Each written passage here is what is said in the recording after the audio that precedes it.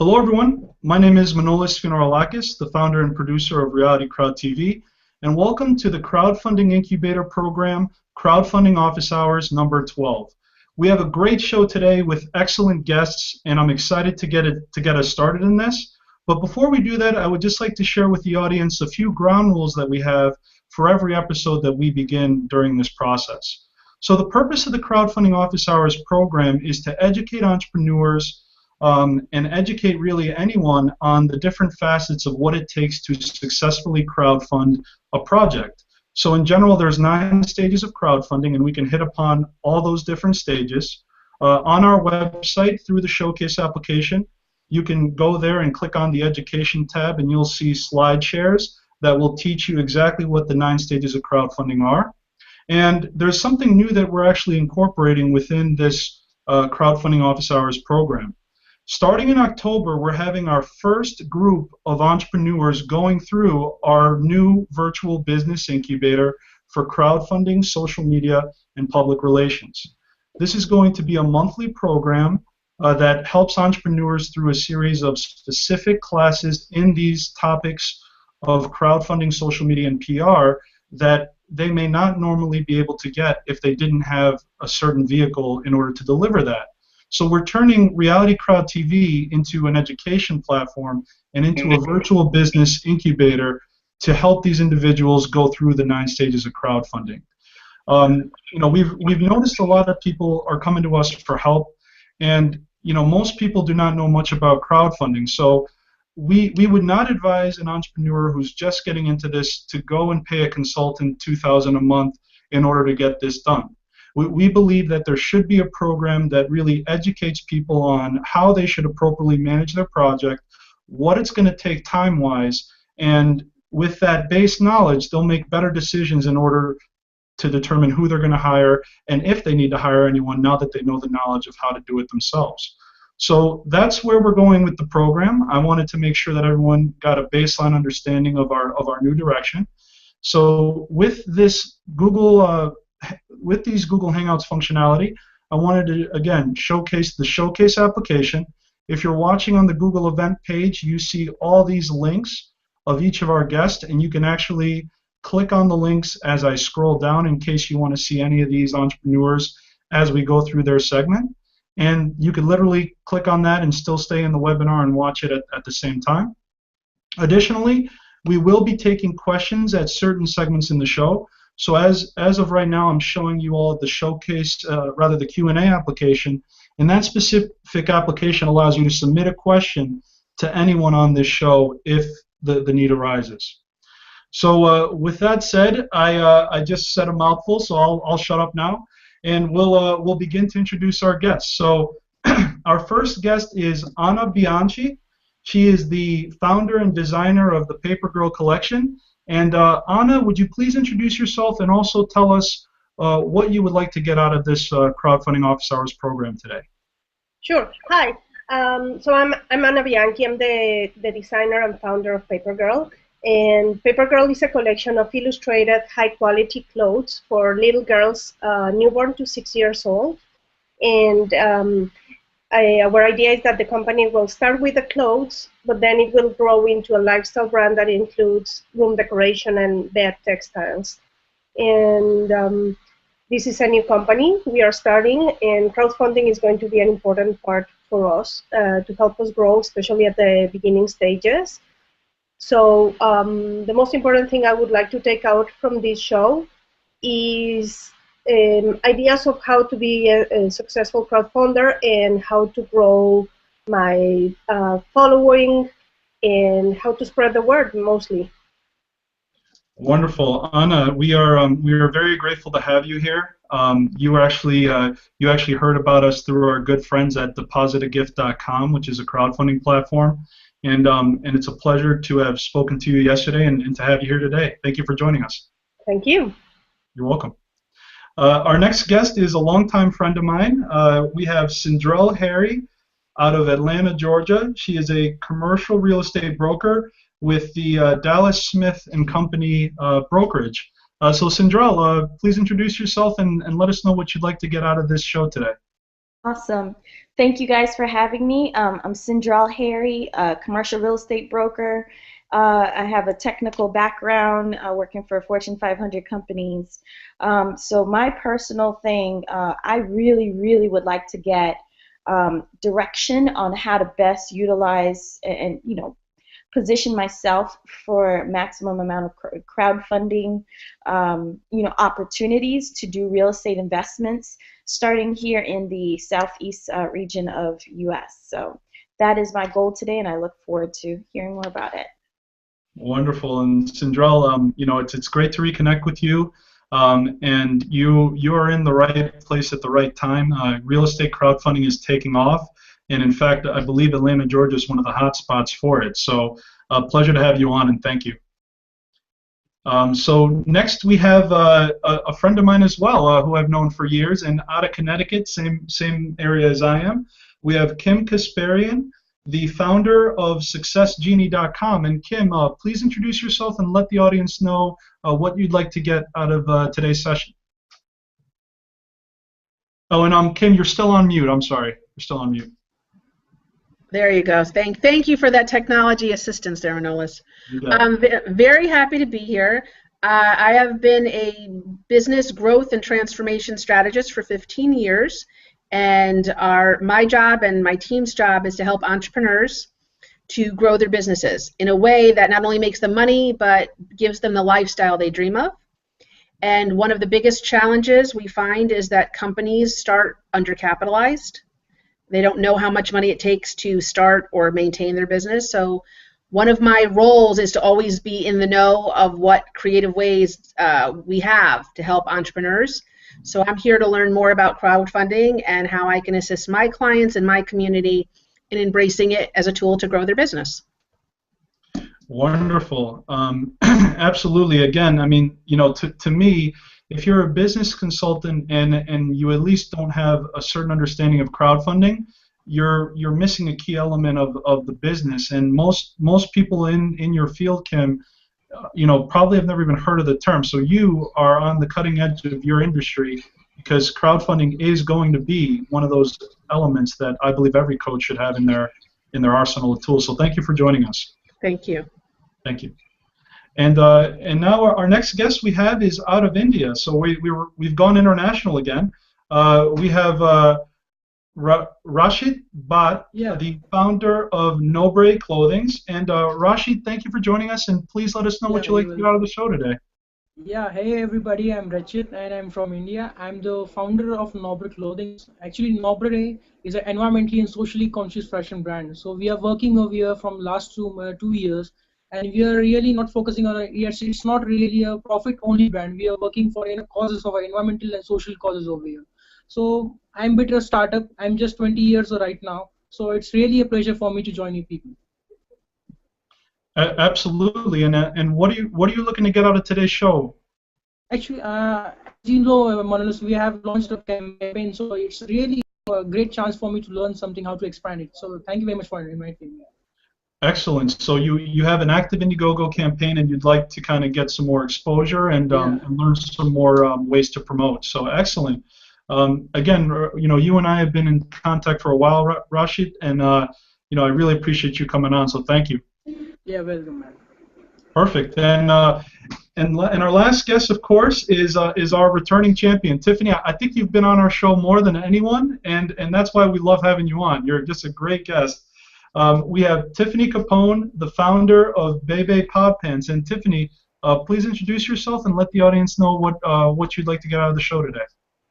Hi, I'm Tiffany Capone, creator of Bebe Pod Pants. It's the next best thing in infant clothing since the one-piece undershirt. I created this product out of necessity for my own kids. I left corporate pharmacy due to an illness, and I decided to not have to go through that anymore, and basically run my own business. And what I'd like to get out of this particular show is how to maximize the impact of my Kickstarter campaign that I have running right now. Excellent. Great, Tiffany, and thank you again for joining us. You've participated in our pilot program for the crowdfunding pitch competition. and you were one of the finalists as well at the month end. So again, thank you for everything, for helping us out with our brand as well. And we're just excited to have you on as always. Thank you. Thank you. Yep. So great. So everyone on here, I'll just kind of reiterate. So Anna is just starting her crowdfunding journey. So she's trying to get an understanding of what makes a successful campaign. We are looking at Sindrell. Sindrell actually would like to learn how to use crowdfunding to maximize her real estate career and to invest in real estate investments or to get real estate investments funded. We have Kim Kasparian, who is looking for more info on how to use crowdfunding to help her business, but also how to leverage technology to expand her business, like the Google Hangout that we're on now. And both Rashid and Tiffany are looking for more exposure for their crowdfunding projects. So I think a great place to start, just to level set for everyone on the show and for everyone watching as well, there is a video that I always play that was released by the White House back in 2012 when the government finally signed into law the 2012 Jobs Act. So just a quick level set. Most people know crowdfunding from the donation in exchange for a reward model that is popular on Indiegogo and Kickstarter.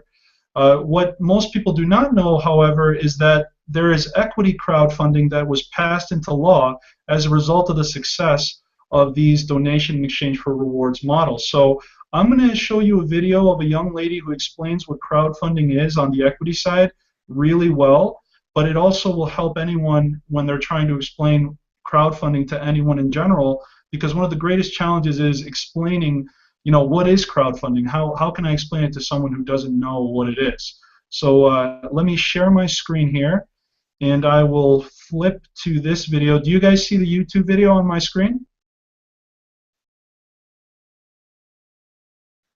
I guess you guys are muted, but I'm assuming that's a yes. Yes, we do. We see it. Perfect. So I'll play this video for everyone so that they understand what crowdfunding is. Crowdfunding is a concept that's been around for a long time. It's the idea of passing around the basket at church in its oldest incarnation, of the large crowd of people being able to contribute small amounts, which in aggregate meet the financial goal of any organization, group, or individual. And so when you look at crowdfunding and how it's evolved, the reason it's become a buzzword recently is because it's gone online, and so the potential of it has expanded exponentially. The crowdfunding bill is important for small businesses because it creates access to capital.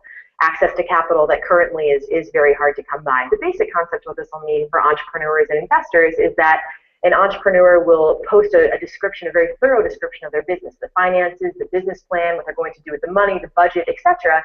And they're going to be able to share this opportunity with anyone they so choose. Most likely it'll be their customers, friends and family, might be Twitter followers, people who share an affiliation with them that they think might be interested, etc. The investor will then pledge a certain amount of capital if they want to invest. If the fundraising goal is met for how much money that entrepreneur is looking for, then the money will transfer to the entrepreneur. So it's an all or nothing arrangement. What I hope that America will now see is that after the SEC rulemaking period is done on the crowdfunding bill, approximately 9 months from now, and platforms can be created and launched that allow for crowdfunding, that entrepreneurs who currently feel like funding is a roadblock to them achieving their success can now have the opportunity to succeed. I strongly believe that crowdfunding is not just for high-tech businesses. I in fact think that the majority of people are going to be using this in the long run. The majority of businesses in the country are small businesses, and that's who can really take advantage of this. So as you can see, that video really does a good job to explain at a very basic level what this whole crowdfunding movement is all about. And one of the greatest things that young lady says is really the first 2 sentences of her explanation, which is applicable to anyone trying to explain crowdfunding to a potential backer to their campaign. And so if anyone, if you're telling someone that you're running a crowdfunding campaign and they say, "What is crowdfunding?" you would simply respond as follows. Take the concept of passing around the basket at church, where a group of people contribute to an individual with a need.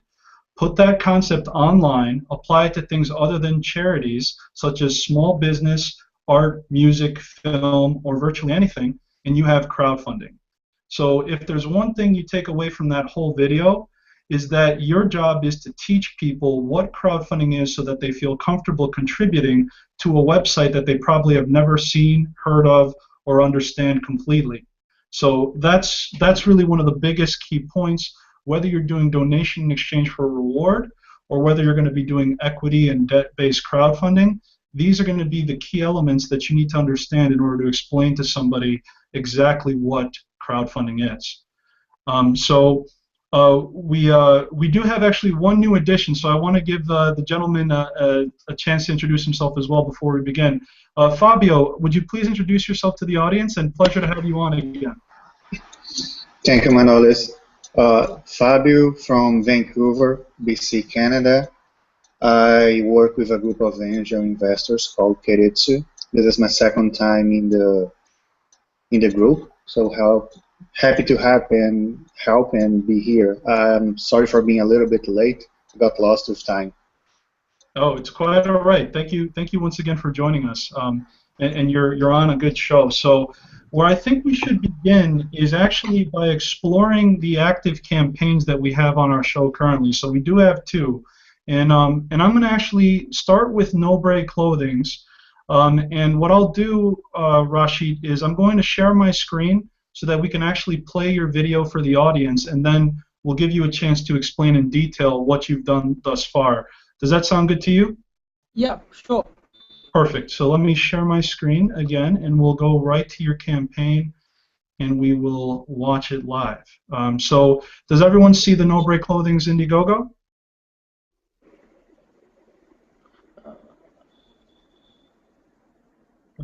Yes, we do. Okay. Yes. Perfect. So I'll quickly play then, and we'll see what your campaign's all about. The fashion industry always had a dark side, but it's changing now with us. Hi, I'm Rachid. He's Prateek, and we are the founders of Nobre Clothing. Working years in fashion industry, we found it really had a bad rep because of high level of pollution, extremely low wages, night work, human working conditions. But here at Nobre, we are changing it all. We source raw materials from selected and only certified suppliers. We use Durban cotton, which is not just extremely soft, but also has a unique quality, keeps the inner temperature 2 degrees cooler. The stitching methods and technology Nobre utilizes is no different from any other high-end fashion label. We are so confident with the quality of our products that we are offering a 5-year warranty with it. We create training and jobs for the victims of modern-day slavery and those suffering discrimination. More than 20% of our earnings goes for environmental and social causes. We are calling you for your support. Come, be an offering.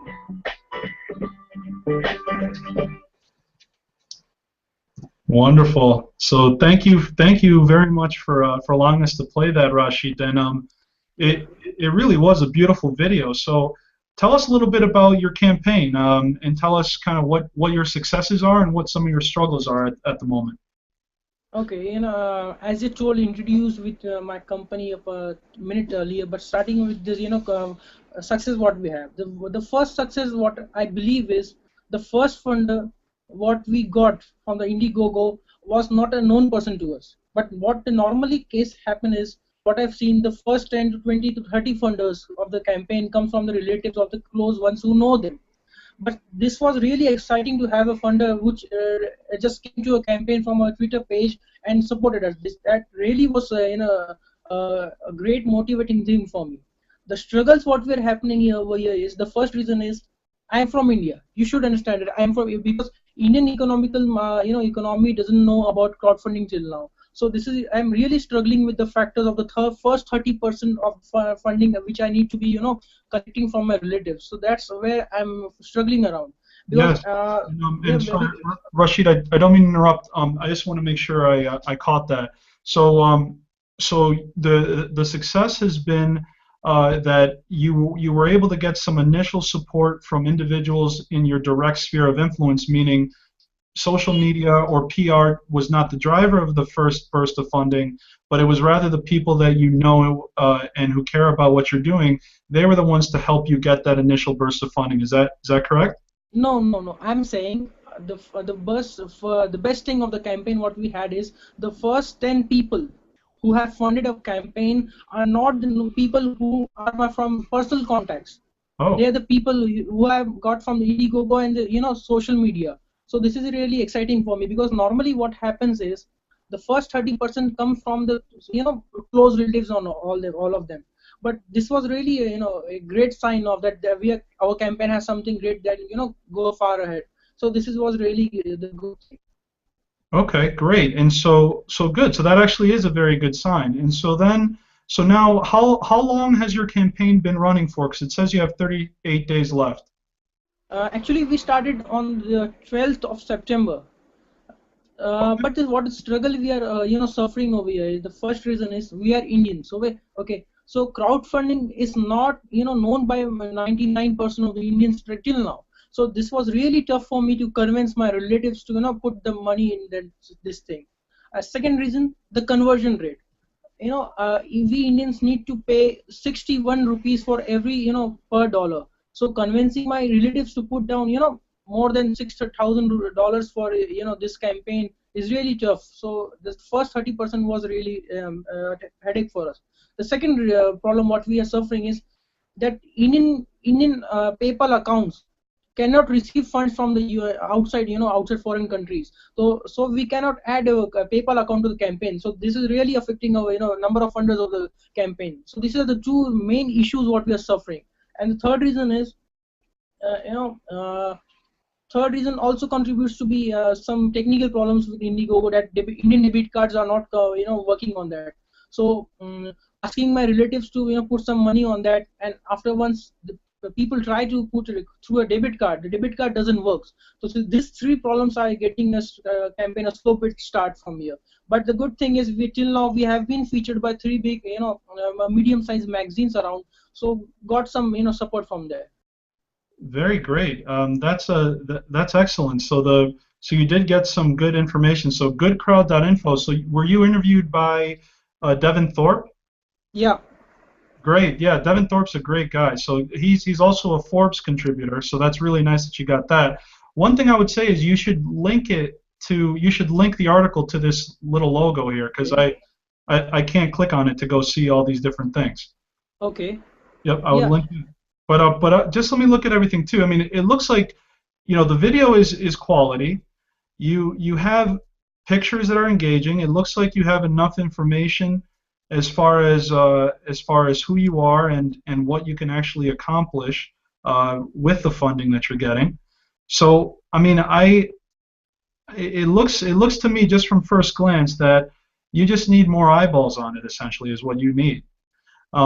However, you have had a lot of shares. So how did you drive all this social sharing for the audience? How did you get this many shares to happen? Actually, we are working from last 4 months on making strong relationship with our Twitter and Facebook followers. We have a small quantity, only 2,000 people on Twitter and Facebook. But the main reason is we have made strong relations with them. They personally knows us. If we normally put a tweet on the Twitter, we at least get 10 tweets on it. This means we have a strong relation. People are waiting for it, because we have not till now focused on our products. We are just like other companies. They keep on posting about their products. They keep on promoting their product in each tweet. But rather than this, we have provided some shareable content to them. We have put it some something that can excite them. That can educate them. That kind of content we have put it over there, and we have made personal contacts with the Twitter followers till now. So we got some some kind of support from there. Absolutely. So this is great. So I'm going to actually head back into the webinar with everyone. So you've had some initial success, and now it's been 7 days, and now you're struggling to find funding. I believe I sent you a media list. Have you had any luck with that media list that I sent you? Actually, I didn't got it, Manoj. Oh wait, did I? Oh, I might not have even mentioned that to you yet. Did I mention that to you? No. Oh, okay, never mind. I thought maybe I've sent it out to so many people that sometimes I forget who I send that out to. No, sure. Yeah, sorry about that. We'll talk after the show. But yeah, one thing is if at this stage in the game, what you mentioned during the actual explanation of your campaign was also the issue of the 30%, where you really need to drive 30% of the funding within the first week on these larger crowdfunding platforms, because the misconception is that the funding platform is the one who's going to be able to promote you based on their organic traffic. The truth of the matter is that all the traffic initially must be brought by you as the project creator, and then if they actually get that level of traction and you get the 30% of the funding within the first week, then you hit the algorithm of the website that will put you on their front page or their staff pick or the best of the category. And in those situations, you then get the organic traffic benefit. But it's really hard. And I guess let me ask you this, Rashid.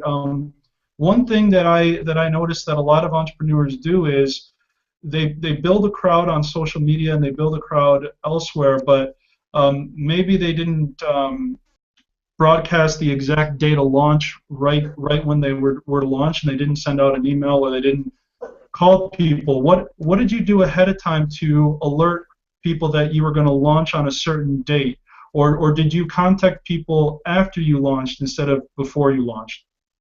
Actually, before 10 days of the campaign, I started, promoting images with a countdown.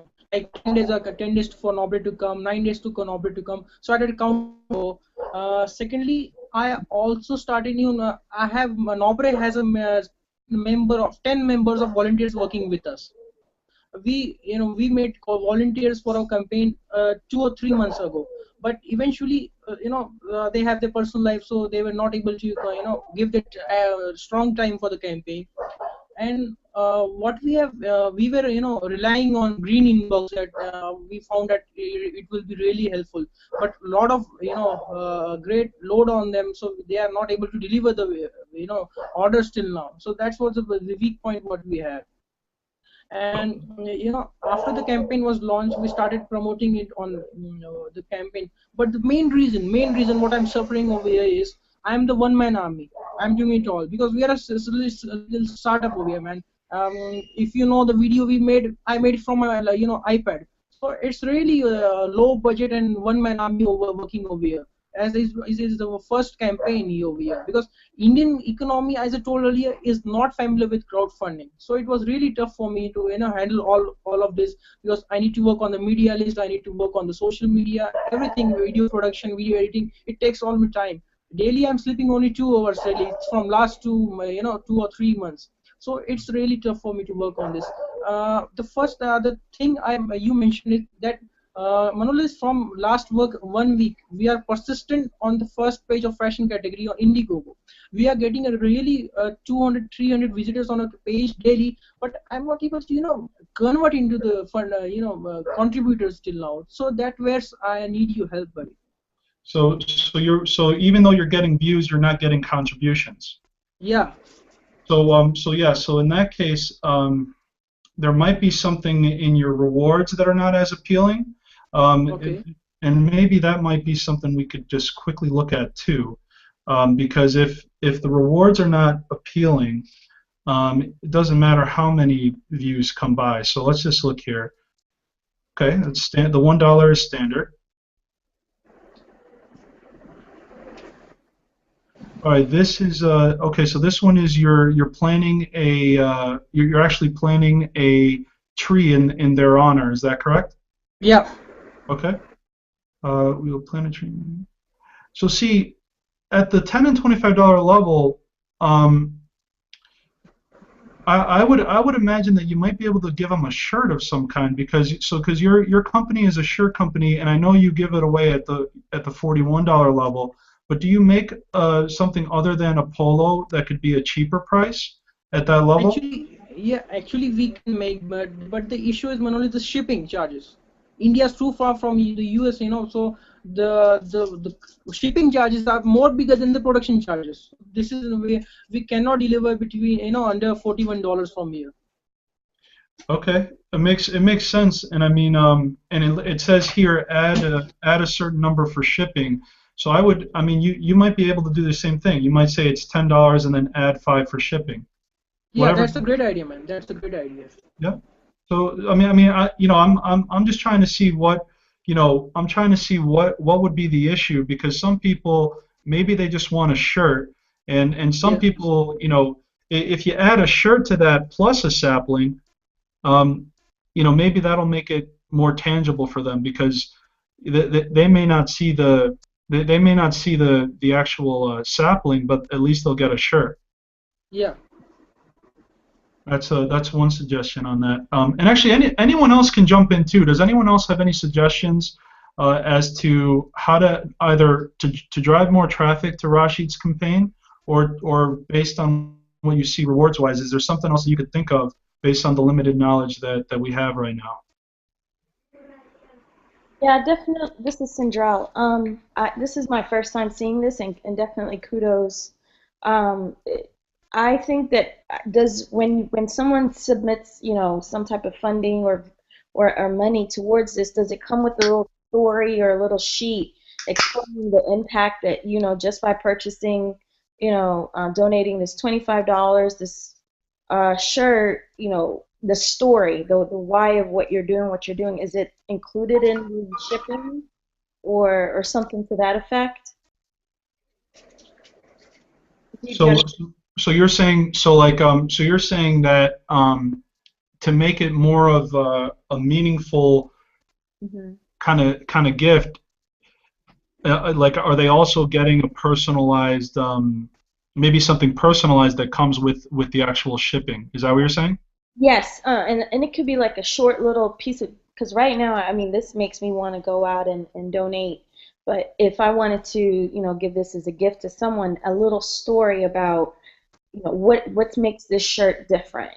I see it here on your website, but if I'm sharing this information with someone else or giving it as a gift, maybe that little short 3-sentence piece of paper that comes with the shirt, or this organic V-neck tee, can explain, hey, how this is helping the greater cause of Nobre. Actually, we have a brochure with every product you buy of Nobre. We have a video CD with also that explains what we are doing. So then you can ship it to your guest or anyone you want to give to. We have a brochure of 5 pages with it that explains how it is made, from where it is made, and by whom it is made. So it's really, thank you for your suggestion. Okay, very good. And yeah, Rashi, you and I should probably talk a little bit outside of this too, because I'm for sure. Yeah, I'm just trying to look through here, and I know that it would probably take a while to kind of go through every part of this and provide some sort of recommendation. But I mean, just from first glance, I think it's just the number of eyeballs that need to be on this is really the main issue. But yeah, we'll talk about this offline. But one thing that I'd like to do for you for coming on the show, and I'll reciprocate for anyone who came on the show, is really a media list, because if you did get the interviews with the 3, you can give me the keywords for your specific demographic of what Nobre Clothing is, and then you might have more journalists and bloggers to reach out to. I think that's probably a big piece that would help drive more traffic, is if you have more articles. Yeah, thank you, bud. Thank you very much. Yeah, and that's going to be part of our program starting in October. Is those media lists will be part of signing on to this virtual incubator program. Okay, so Fabio, did you have something to contribute? Yeah, I was looking at your website in the Indiegogo campaign, and you conveyed your message very well in speaking. When I look at that, I look at a very corporate-like website, a very corporate-like message. Maybe you're not communicating your values well in the image and how you're positioning it in the Indiegogo campaign, and that's just me talking as a consumer. And I support a lot of campaigns if the message is related to what I believe. And when I look at the image from a visual perspective, I'm not seeing that. Okay. So, for example, the shirts that you're showing there are folded like I would find in any big retailer. So it's and the image of the models dressing your clothes are pretty much what you would find in any a big chain store. So where's the social message behind in the image, right? Something that I can visually see, because people are visual. They come to our website. If they don't find what speaks to them, they go away. Yeah. So that's just my vision as an outsider. I'm not a Kickstarter or Indiegogo expert, but I support a lot of campaigns, and this is not speaking to me as a consumer. Okay, so what you're telling me is you should add, you focus on something rather than putting some models wearing my products. I should focus on the social cause I'm working for.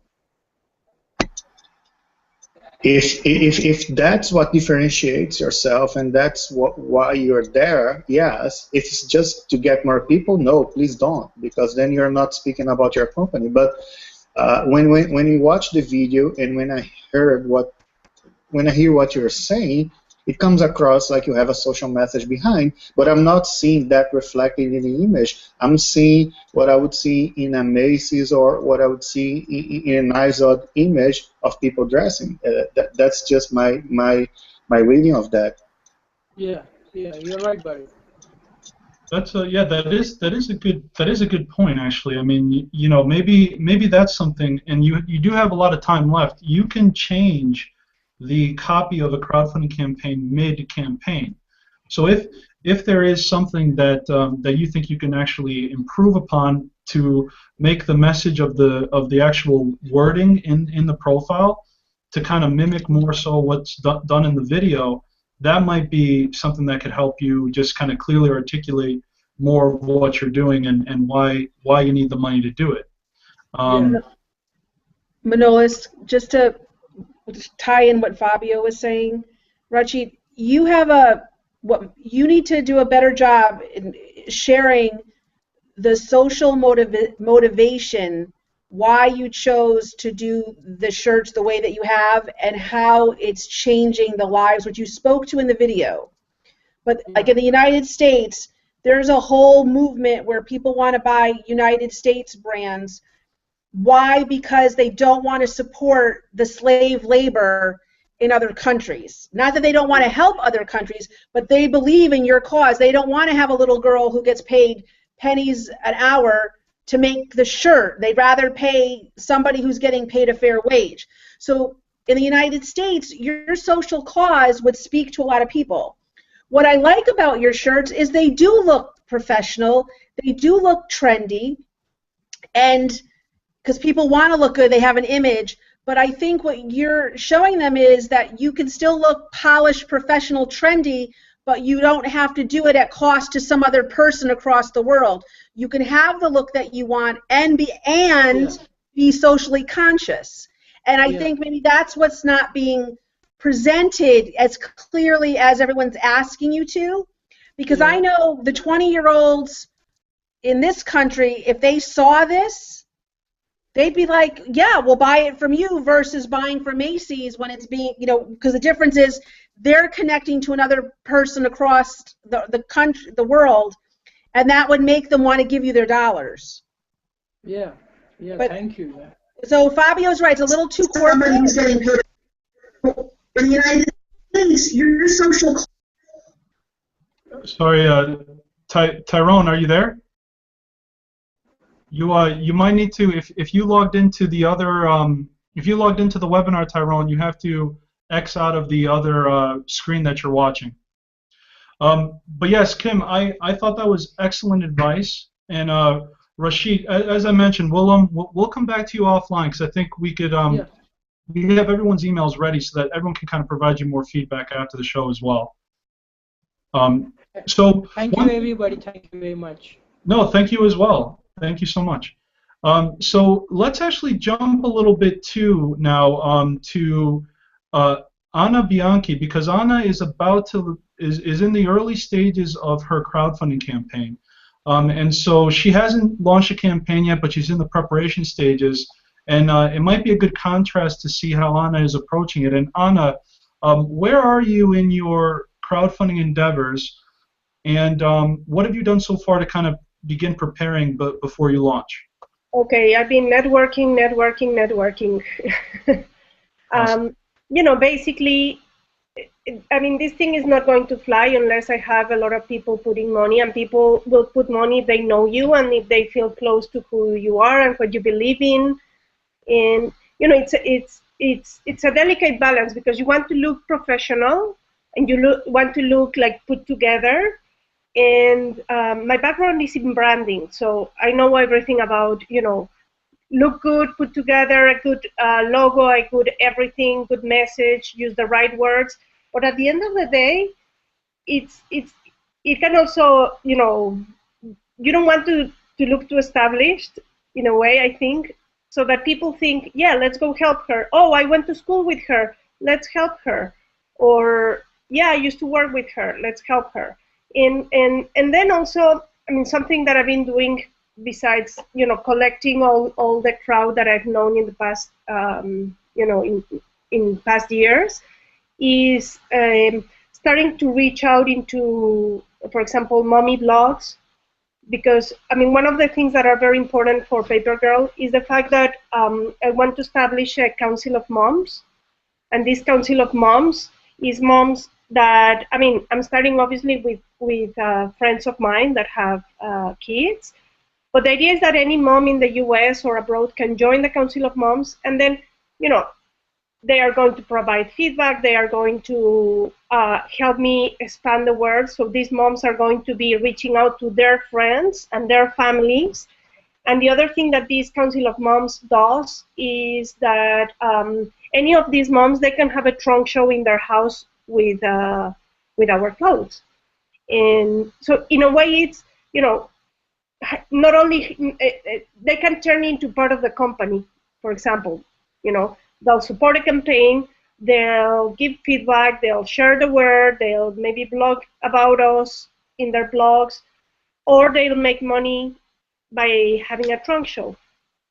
So, by reaching out into people that I don't know yet through the blogs, I'm hoping that that's also going to help get strangers into my, good strangers into my campaign and into, signing up into my website in the sign-up list for an email list, and basically, I've been talking to a lot of people. I've been talking to Dana from Deposit a Gift, which is a crowdfunding company here in New York, and she's been giving me great advice.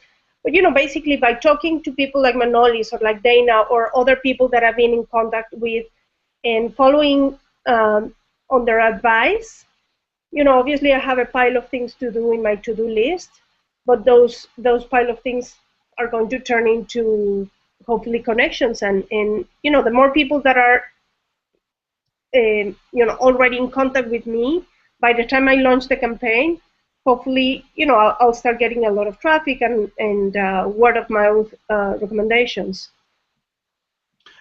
Absolutely, and one thing that I like about what you're doing is, because you're early in the stage, you're at your business planning / intellectual property, getting your company set up, and really exploring how your company is going to operate with or without crowdfunding, and then you're simply going to add crowdfunding in at the areas of your business plan that it would make sense to do so. So your in-person parties with the mommy bloggers and these events you're planning to hold will fit in perfectly when you're crowdfunding as well, because you could set it up where after you launch your campaign, a few months down the road, whenever you go to a live event, you could use the actual crowdfunding as your actual way to collect, any sales during those events.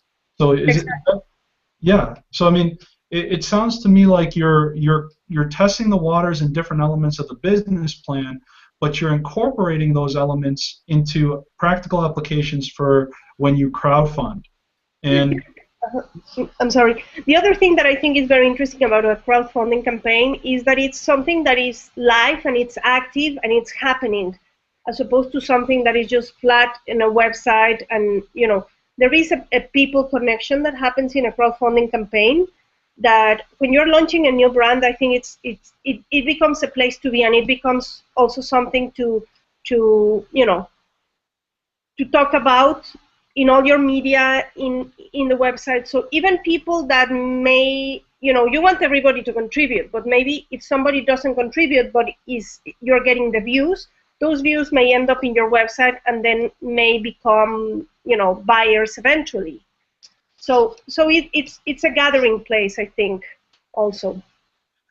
Absolutely, and the power of it too is that, you know, the psychology of someone who goes to a crowdfunding website and likes what they see, the psychology is I will contribute, and why it's better than other means of you know, launching a product is because the psychology is once you buy something that you like or you contribute or you donate, you share it. You know, you share it on social media because it has the buttons that are right there. So you're leveraging the ability of crowdfunding to really hit the social sphere, because you're hoping that after someone sees it, they like it, and they bought something, then they're going to share it, and that's where the sphere of influence expands beyond just the people who you know. Exactly, and in a way, you know, like as I'm thinking about my rewards, the kind of things that I'm thinking have to do with things that, you know, I may want people that don't have kids. You know, I know a lot of people that don't have kids, that they are never going to buy a dress from me, that they are not interested in any of my dresses or my, you know, room decoration for kids or my toys, but they like art. So they like, you know, because my company is so much about the illustrations and about the stories behind the illustrations, there is things such as, you know, you'll get an original piece of art. I mean, my background is in branding and design, but I also have a degree in fine arts. So, you know, those drawings are going to be high quality pieces of art. And in a way, you know, that way I engage, you know, all my friends that are not in the mom, kids, family sphere with a reward that is meaningful to them. Absolutely. So you realize that there was a potential roadblock to certain people who might want to help you but not want the dress, but they would want the piece of art. So great. That's brilliant. It'd be a great reward to incorporate there. That's great. Great. So so you know, I think for you, Anna, being so early in the game, as we go through the other campaign that's on our show, I think we're all going to learn a little bit more. So we'll come back to you a little bit later, Anna, but I wanted to just go through our next campaign, and before we do, Tyrone, are you there? Are you live? And I'm not sure if you're muted, Tyrone, but if you are, just check if you're muted because we don't hear you.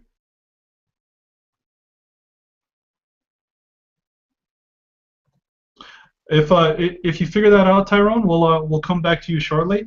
But let's move on then to Tiffany Capone, and Tiffany, we are going to play your video if that's all right. That's fine. Perfect. So let's go up here. I'll share my screen, and we'll check out Bebe Pod Pants. And Tiffany, you see the screen right now? Yes, I do. Perfect. Okay. So we'll click play.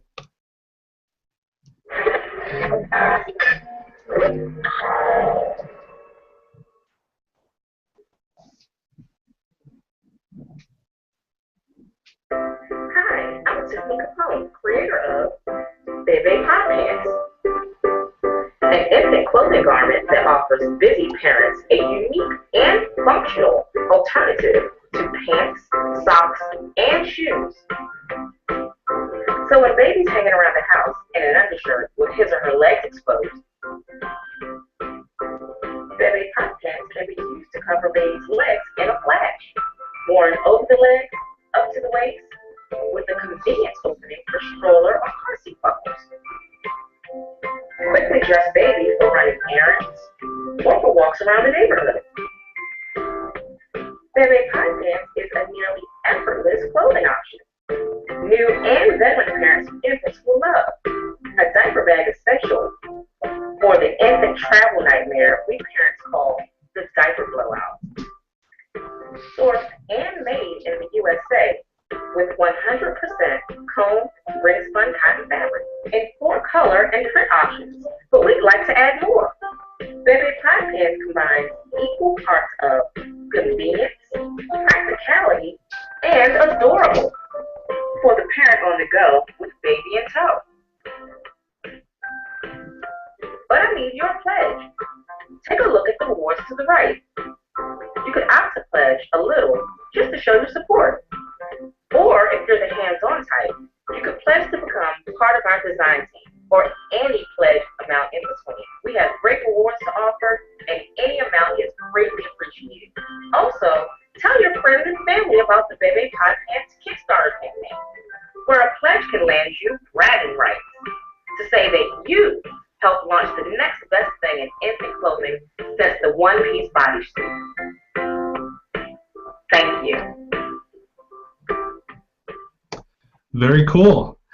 So let's go through this. So Tiffany, tell us a little bit about your project. You know, what went well, what's not going well, and just kind of what your needs are at the moment. Well, I just launched 3 days ago. I actually launched a week before I wanted to, but the reason I launched early is because I did not want to get into the month of November. That's when that was a strategic move. That's when, you know, people are starting to get all geared up for Christmas shopping and everything like that. So that was a strategic point, you know, and why I did that. I have been basically setting up, you know, my social media marketing. So that's all going to begin at a certain time, beginning next week. A public relations push, and also I wanted my campaign to start when I have a podcast that's going to be that I did an interview for Today's Leading Women, and I sort of wanted to coincide everything at one time. So that's all happening next week. That's one of the reasons why it's a week longer than 30 days. Okay. And so in other words, you haven't really kicked in your main marketing efforts yet. Absolutely not. That is not, main marketing has not kicked in just yet. No. Okay. Okay. And so when the main marketing does kick in, you mentioned you'll have the social media, you'll have a PR push, you have a podcast. Are you also planning to do other things like in the other areas, like whether it's email, newsletter, phone calls? How else are you getting the word out about this? Well, I have a press release that was released just on the 18th, the day after I actually launched. And right now I'm in the process of, basically deciding which news outlets. I've been contacted by a couple of my local news stations. So I know that's going to, you know, come of something for the Kickstarter campaign.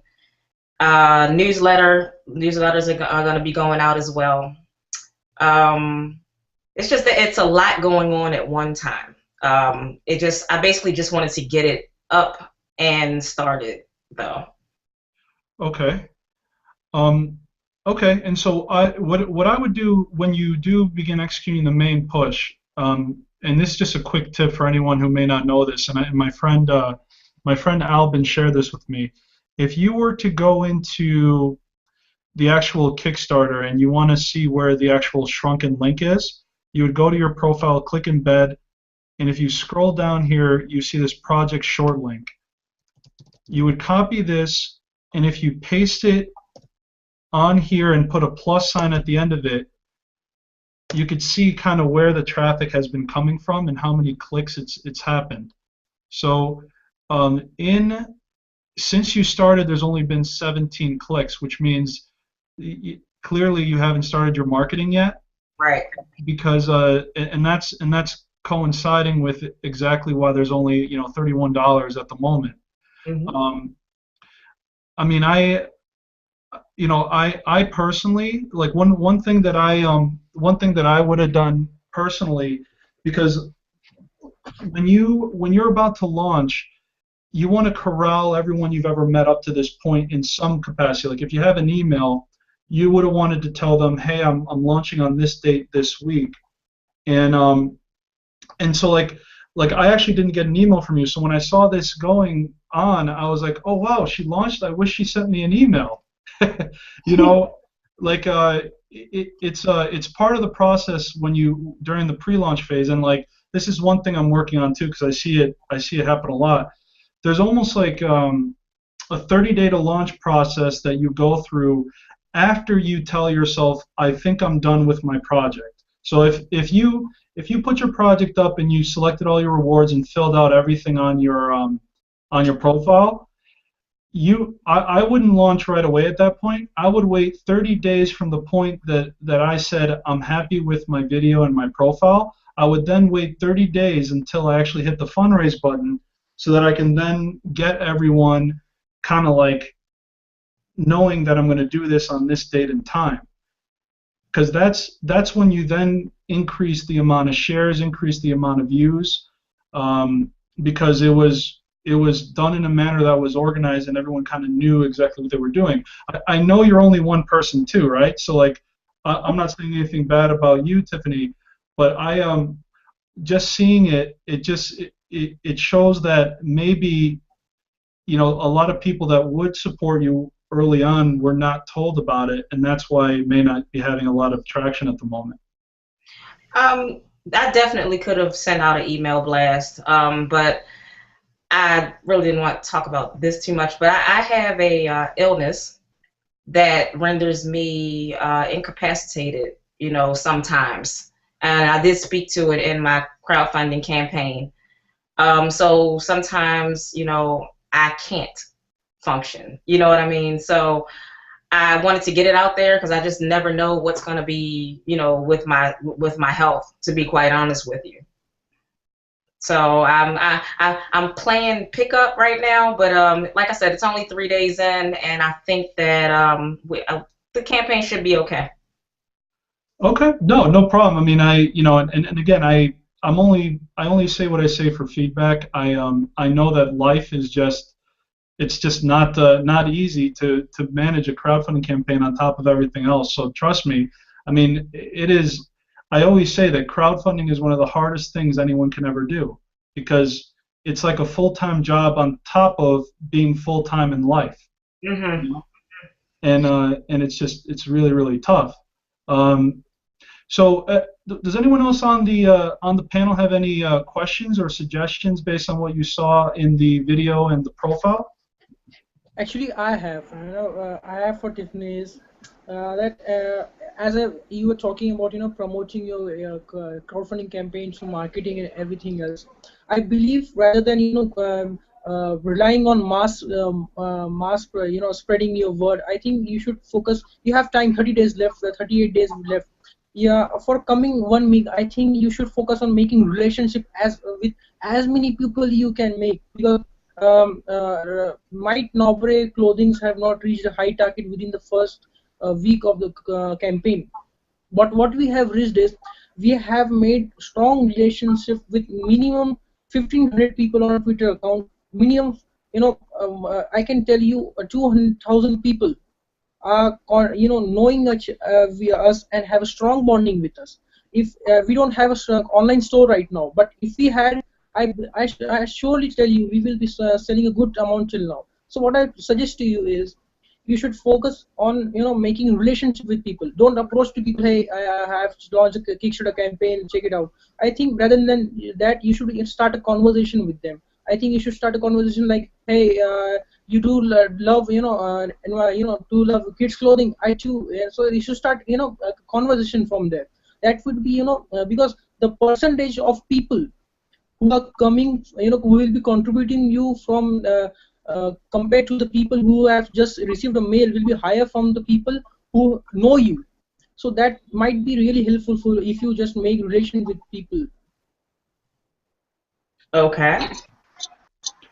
Yep. So that yeah, Rashid, that's good advice too. Yeah, I mean with the limited time you have left, I guess this is where I would reiterate that, except maybe the relationships are more so on the PR side, because it sounds like you are going to get, you know, the TV stations locally said that they were going to contact you, or they have contacted you.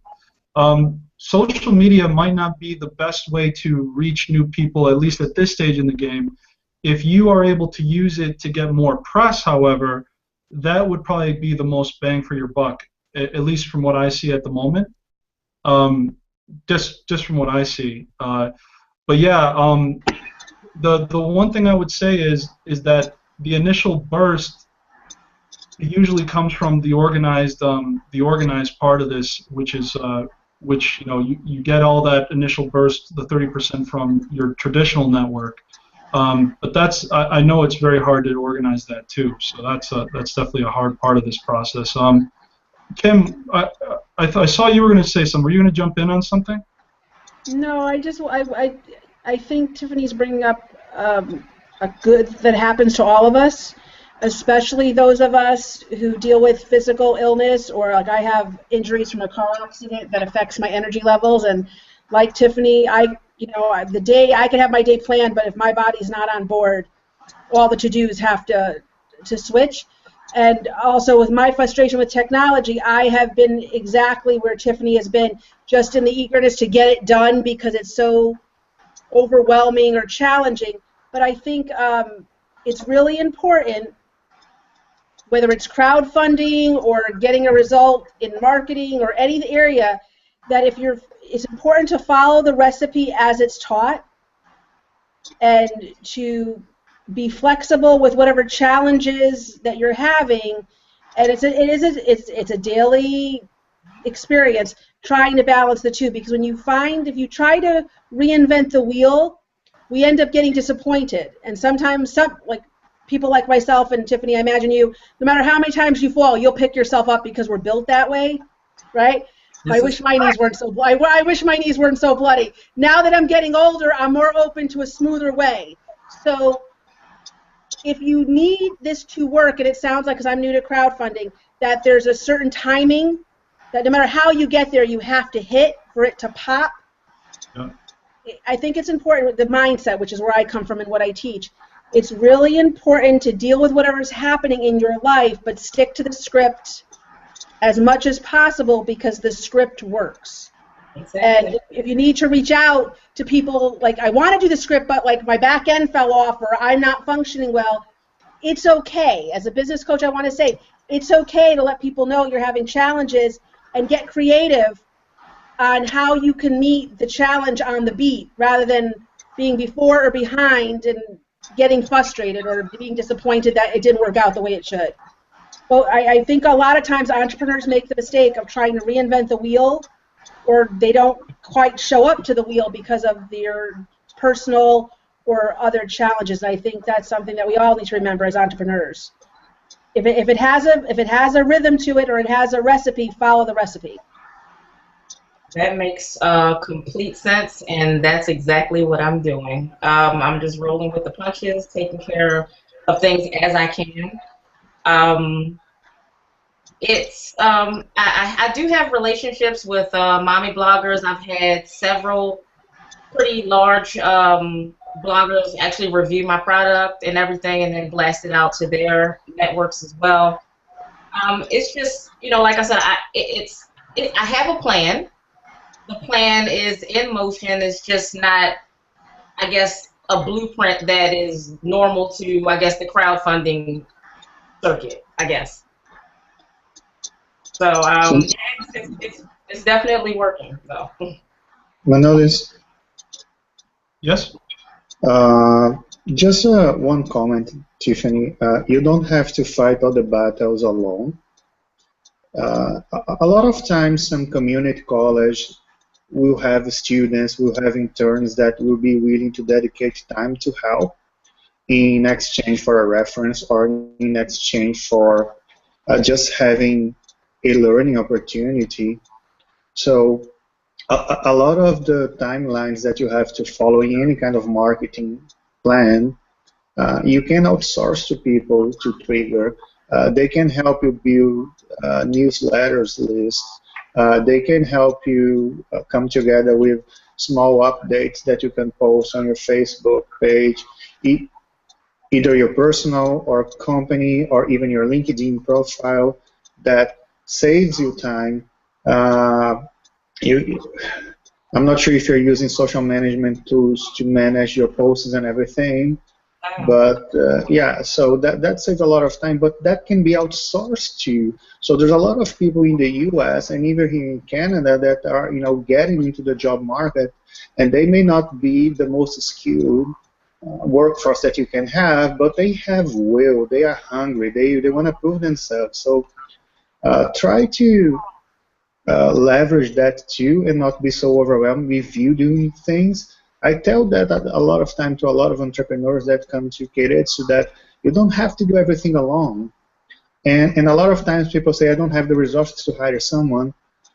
That's okay, but you can always get help from people that want help, either because they know you, maybe from your own personal network. You find people that you should reach out and say, hey, who can help me with this? Who can help me with that? Let yourself be helped too, because this is a good step to make, and you're doing everything right. So keep doing, and thank you for sharing your personal experience. That's awesome. Thank you very much. I did have questions for the panel. And you guys are right. I've done everything myself. This whole campaign, along with PR as well. Well, who helps me out a little bit. But as far as I'm speaking to my rewards, I needed opinions on my rewards. I tried to basically step outside of the creators, forum and think like a customer. What people might want. So I sort of, compiled my rewards based on that, and I just wanted some feedback on that. Sure. So I'll pull these up too, and let me pull them up right here real quick. And actually, I'll tell you one thing. I actually want to share. I want to make a confession to everyone because I want to share something that I'm just not good at. And I want to be good at it because I tend to just try to be really nice and I try to sugarcoat things, and I don't know how to give good feedback. So I feel like I'm bad at feedback, and Tiffany, will you be patient with me while I try to give you good feedback and not take it personally? Oh, no, I don't take it personally at all. You're fine. Yeah, because I really want to give you some good feedback, but something inside me always holds me back because I'm afraid to hurt people's feelings, and that's just I got to get over that. But here's here's the feedback that I like to share with you, right? I understand that there was a strategy to launch when you did, but in my opinion, the week is up and you haven't reached 30% of the funding, which means you shouldn't have launched when you did. Okay. So that's like that to me. If you don't have 30% of your funding, it means that things aren't going well, right? I mean, it's a weekend, and if you don't have that level of support early on, then things aren't going too well. So what I've noticed with myself and with others that I've spoken with, and we haven't launched our own campaign yet, right? So I don't have you know more about how to be live and being a project creator than I do, because this is your second time. So like you know more than I do in that regard, and I fully admit this. But I haven't launched for a reason, because I haven't gotten my 30%. I don't feel confident that I can launch a campaign for Reality Crowd TV right now and get my 30%. And so even though you want to launch, there comes a point where you say to yourself, even if I want to and it seems like a great time, am I ready? And if you don't take a critical assessment, and it's only you making that decision, then you won't have the feedback you need, like you're asking now. Like for instance, the rewards. There's a link you could have shared with people ahead of time, and they could have told you about your rewards before you ever launched. The preview link. I actually I did. I've gotten quite a bit of feedback, and they pretty much. I just wanted the panel's opinion at this point. But yeah, I've gotten pretty good feedback about the rewards. That's why I went for it. I mean, I understand what you're saying, as far as the 30%, but I don't believe that everybody has to follow that particular blueprint. You know what I mean? So while I very, very much understand and appreciate that, I just don't think there's a cookie cutter model to this crowdfunding thing. Sure. You know, I mean, there's definitely, like I said, there's a way to do it, but there's a method to my madness, if that makes sense. Absolutely, and what I hope happens is that you do reach your goal and you exceed it. You know, I want you to reach your goal and exceed it. I just want to make sure that I share with, share my worries about this a little bit, just because part of it too is that well, actually, never mind. Let's continue with the pledges, actually, because I think that'd be more beneficial at this point. Okay. So at the $5 level, we have every bit helps. You will receive a virtual email postcard and a high five for your support. Okay, that's a standard. That's pretty popular. I agree with that. Receive an official I Back Baby Pod Pants Kickstarter certificate. That's cool. That's personalized. What does the panel think? What do you guys think of the rewards so far? So can I just rewind a little bit and come back to the comment about the methodology, Tiffany? And I understand where you're coming from. I'm not a crowdfunding expert, but I deal with a lot of people coming to our forum trying to raise money for equity. And very few people will offer you the feedback that Manolis is offering now, by saying that you should have followed the timelines and the schedules. And a lot of times I see people coming to raise equity, and they do not raise because they think that they do not need to have a proper financial reporting, they do not need to have a CFO, they do not need to have a marketing plan. And very few people will tell you that. A lot of people will just not invest on your company. And then keep in mind that although this is your second time doing that, there's a lot of critical mass and knowledge from people that did this before and did it successfully. And it's just like baking the cake. If you're baking the cake for the second time, you have to follow the recipe and weight all the ingredients properly and make sure that you cook at the appropriate temperature. After you have done 100, 150, you may start to play with the recipe, but there is a recipe to follow. So try to revisit that and see if you missed something, and and revisit that, because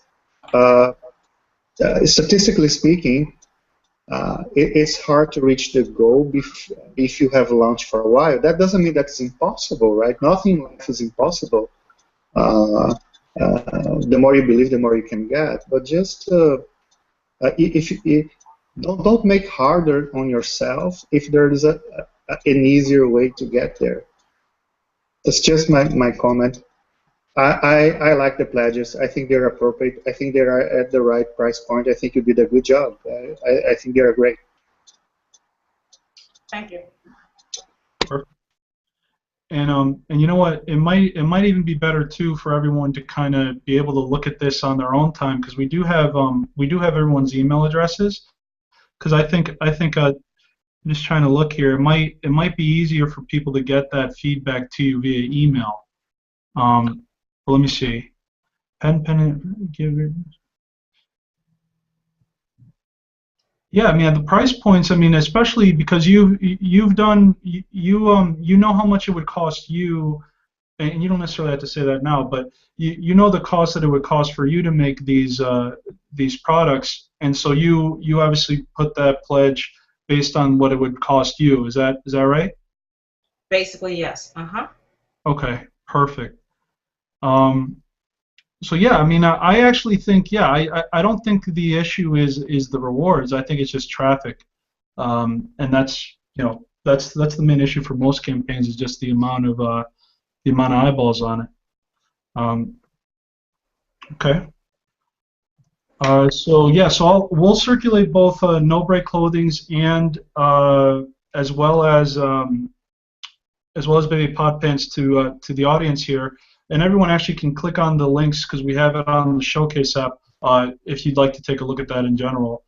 So let's actually switch gears a little bit to equity crowdfunding. And Sindral and Fabio could probably talk a lot about this. But Sindral, earlier on the show you mentioned that you're a commercial real estate broker and you're looking into real estate crowdfunding. Kind of what do you know so far, and maybe you could ask us a few questions as to what you're looking to really understand about it and how you can use it. But tell us kind of what's your base level understanding, and then we can kind of build from that. Yeah, sure. So I personally have a lot of single-family rental homes here in the Atlanta market. So I've had about 4 years of experience of not only managing, but from the business side, making sure expenses, reporting all of that information is up to date, accurate. So a lot of learning has went into my own personally funding my investments, and I've also partnered successfully with investors. Now, what I'm looking to do is to use this platform as a way to fund. Because what I'm seeing right now is real estate crowdfunding is slowly starting to gain some traction here in the Atlanta market. A lot of people still aren't familiar with what is crowdfunding, and then more so, how does that apply to real estate? Because right now we have a lot of these large institutions from a commercial standpoint that are just dominating this area. So what I am hoping to do is to give regular people the chance to invest, achieve the desire to start with a buy and hold or maybe doing a flip on this type of platform. So that's my goal. I've been speaking to a lot of folks around it. They're very interested in not only my experience but other folks that I've been networking with here.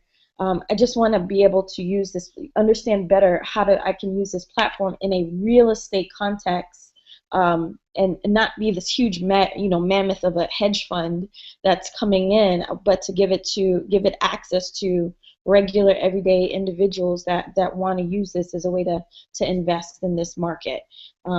So that's where I am. I have experience, and I also have a license as well to add to some of the credibility there. So hoping to kind of mix all of that together to make something successful.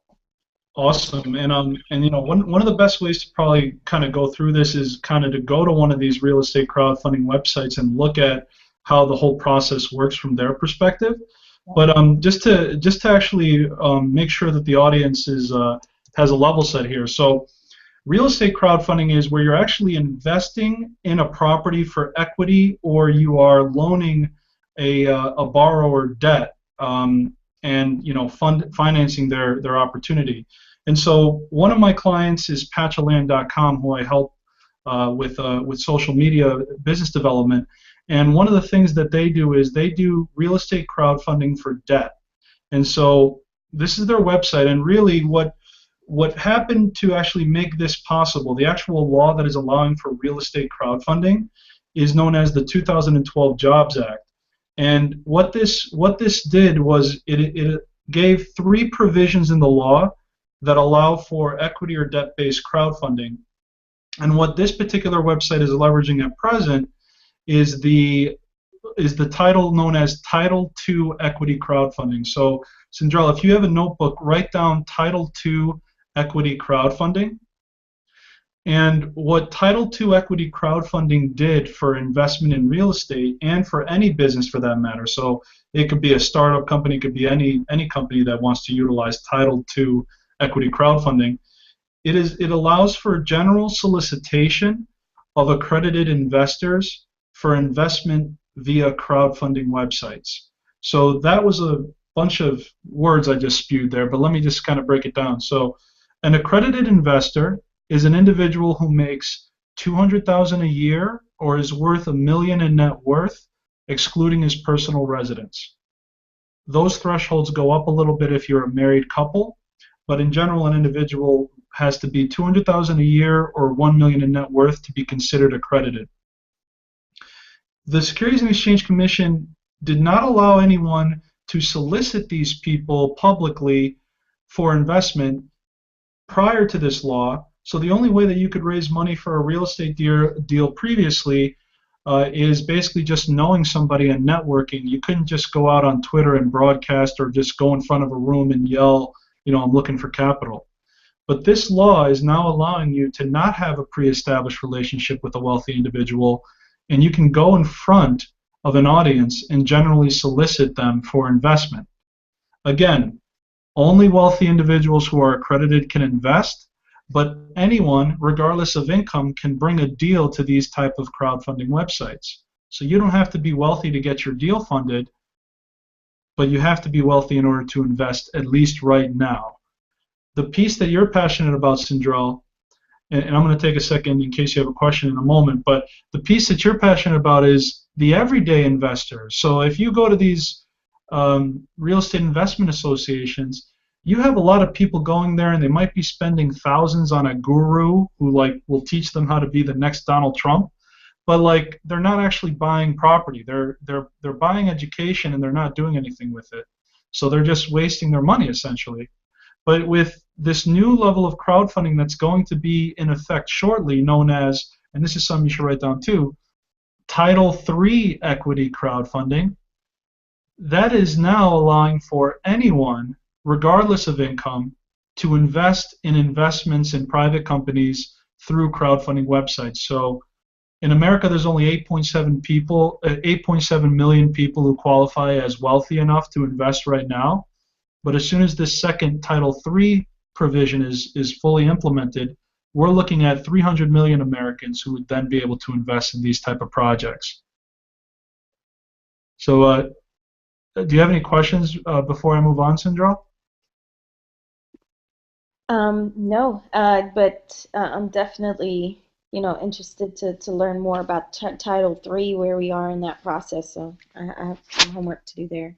Oh, sure, and actually, I'd actually like to go into that right now because it's important, and this is where our actual audience might have an ability to change regulation right now. So I could send everybody this this website, but this is the Securities and Exchange Commission, and what I'm looking at right now is the proposed rules on Title III equity crowdfunding. And what has happened is a grassroots effort starting back in July has now turned into a ripple effect of comment letters that are being submitted to the Securities and Exchange Commission. So one of the leading voices of this to really release the rules on Title III, it's called the Release the Rules movement. So if you guys want to use the hashtag Release the Rules on Twitter, you would be able to get involved and do this. But this gentleman, Ron Miller, really began on this date to start submitting comments, and he started going across the nation telling people to submit comments as well. So after he began this initiative, you had a bunch of people began submitting, including myself. I submitted here, and then after that it just became a landslide. Just more and more people kept submitting, and what's happening is the proposed rules came out October 2013. The comment period for the general public to give their opinion on any changes they would like to make on the proposal, that ended on February 3rd, 2014. And everyone expected within 3 months people would be able to use this law. Flash forward to September, we still do not have the final rules. So the Securities and Exchange Commission is not issuing them, and they're delaying the issuance. There's a number of reasons because of that. A lot of people are saying they have way too much on their plate with other legislation that they're working with. Still others are saying that the narrative has been so negative on this Title III by interests that I believe are in the financial industry. They don't want to see this happen because if people are funding people, then they're not getting as many loans. So, there's an effort here now at a grassroots basis to submit comments. And if you read the letters, it's by startup founders saying, listen, we need this. We're going to use this, and we're going to hire employees as a result of the funding we're going to get here. and we need all of this in order to continue our business growing and to create jobs in America. And so that's why there's been a flurry of letters, and you could see, you know, a big flurry happened on the 18th, which I'm curious to see why that happened. That was only 2 days ago. But yeah, I mean, as you can see, a lot of people began submitting the letters now, and we believe that slowly things will change, and they're going to release the rules. So where we are, Sindrell, is hopefully in the next couple months we will see the finalized rules where people can start actually doing this. But it's so early in the game that it's not even legal yet. So that's how early we are in this whole equity crowdfunding business. The only thing that's legal is what I'm going to show you right now, which is the Title II equity crowdfunding, where you can generally solicit accredited investors for investment. So does that clarify a little bit for you, Sindrell? Quite a bit, actually. Awesome. Any other questions from the panel before I go into this deep dive a little bit, or is everyone good for me to keep moving? As you know, I'm from India. Will Indian citizen able to use that equity crowdfunding from here? Oh, can you use it from India? Is that what you asked? Yeah. You might be able to. There are global crowdfunding platforms being formed right now because there are certain legislation out there. I think it's Regulation S, and I don't want to get too technical because I'm going to misspeak and I'm not an attorney. But there's a regulation that allows for foreign entities to receive U.S. dollars for investment, and so there are companies that are going to begin forming for that. For you in particular, Rashid, you would have to present a model, at least in the current ranking, because the accredited investors, they're only looking for scalable companies that have high growth prospects. They might not be interested in a clothing company.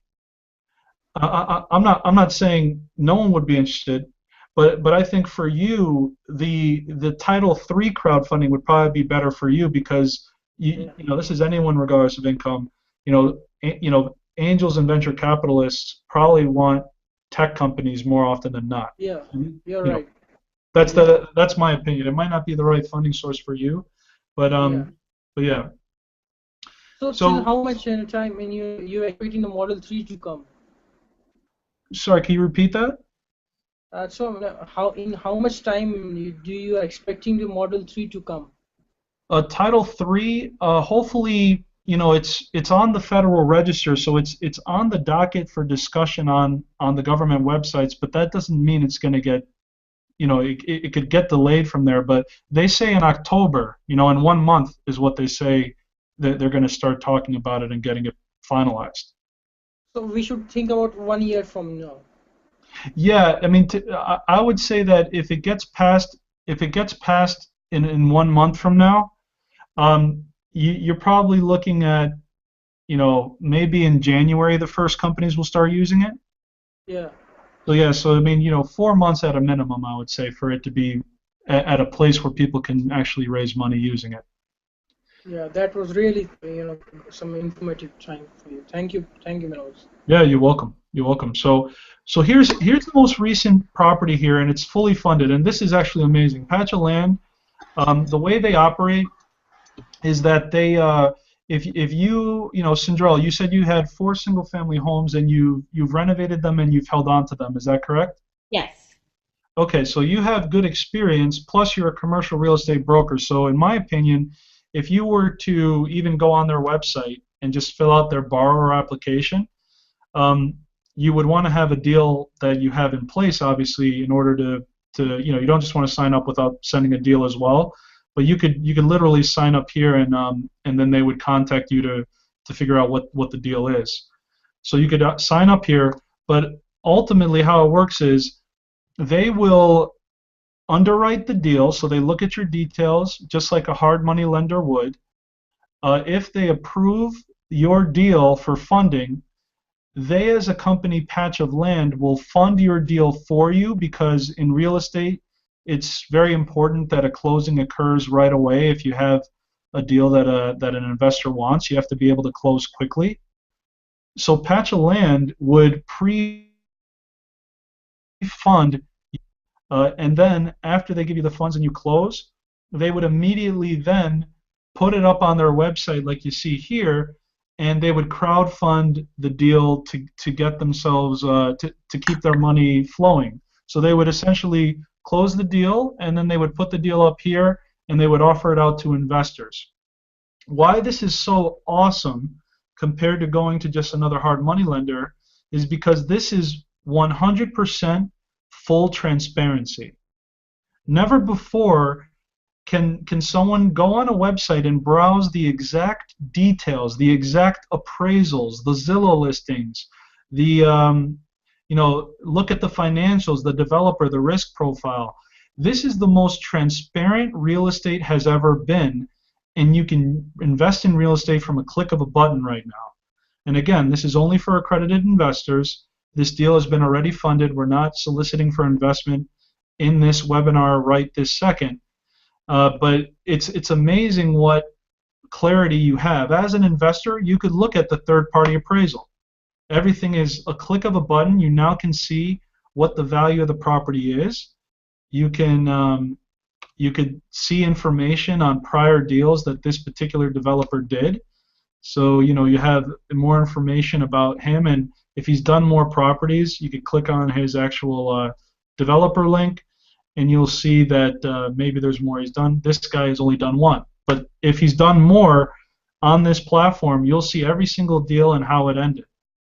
And so, you have the appraised value, 61% loan to appraisal. You have the Zillow value. I mean, it's really an amazing opportunity to have complete transparency, still have the quick closing that a real estate developer needs. And then, look at this. It's 12% interest rate for 12 months. A real estate investor would love this because after 12 months, this guy's going to renovate it and he's going to flip it. And next thing you know, the investors get paid and they've been getting their 12-month payment every month. So, Cinderella, any questions on what I just showed you? No, that's definitely awesome. I already have some commercial deals that I'd probably want to vet with you. But if the whole Title III is like, how do we take it once that comes out? Are we going to be developing a platform like this? Separate from patch of land, or am I going to be just trying to figure out how that would work? Oh, well, it depends. If your interest in crowdfunding is to develop your own real estate platform, you could do that. And so, I mean, this is the thing too. The interesting part about the internet and how technology is improving, and this is actually going to be very valuable for anyone. So let's just go to Google for a second. Oh, that's my analytics. I can see your screen. Is there?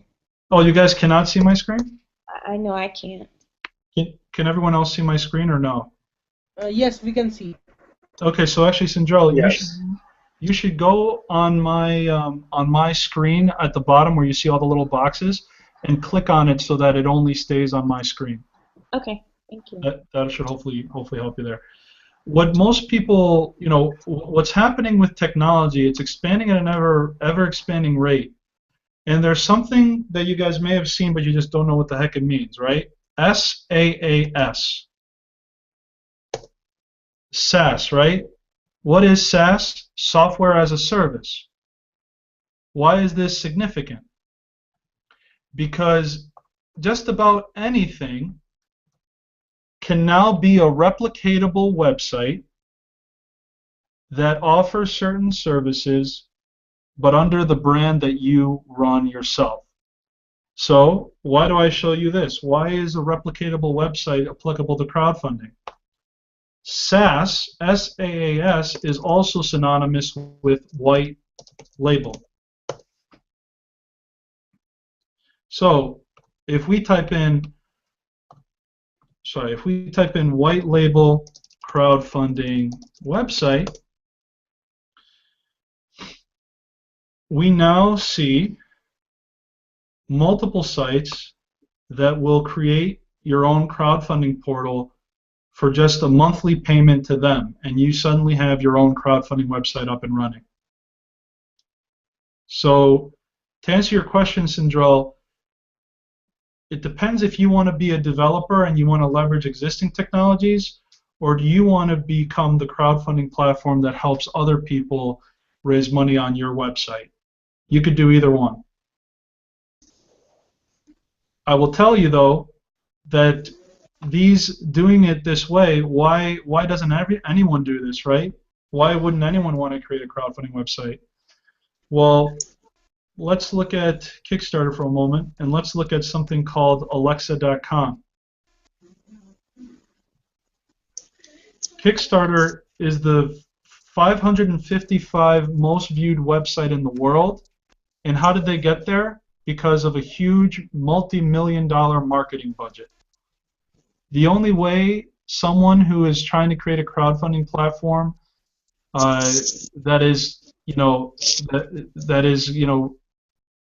going to be able to compete against the larger platforms, you either have to have a great marketing budget, you either have to have great established networks and connections before you start, or you're just able to dominate a niche, dominate an area or location better than anyone else. If you want to be the everything to everybody, it's going to be very hard to compete on that scale with some of the big boys. But that's why you don't create your own crowdfunding platform, because you're paying hundreds of dollars a month and yet no one's using your crowdfunding platform. Does that make sense? Yes, it does. Thank you. And so, I mean, same thing. You could do the same thing, and you could find something for real estate too. And that's why the industry is just constantly evolving. You know, it's constantly evolving because everyone just is trying to find the next best thing. With technology moving the way it is, you know, who knows what the next thing is going to be? And so, the crowdfunding industry is constantly innovating at a rate that is kind of scary, to tell you the truth. Just too much too quickly. But it's good though. It's good for general general knowledge that everyone knows that. So okay. So actually, we do have someone named Tyrone on the line. Tyrone, are you there? Yes, I'm here. Can you hear me? Yeah, I can hear you. You're a talking bag, it looks like. Yeah. For some reason, my system ain't designed right, and I'm so poor I cannot show my face right now. Okay. Yeah. No worries. So tell us about yourself, Tyrone. Who are you, and tell us about yourself. Well, me and you had talked once before already, but everybody else on the panel might not know me. My name is Tyrone Austin. I'm the owner of Inventions, Designs, and Concepts. We are a job curation platform. We have our own crowdfunding network, but it's all being redesigned with our website as we speak. We found the way to fund a lot of our programs with our handbag program. And I wanted to also ask, what's his name, Rashid, the guy who was making the shirts? Yeah.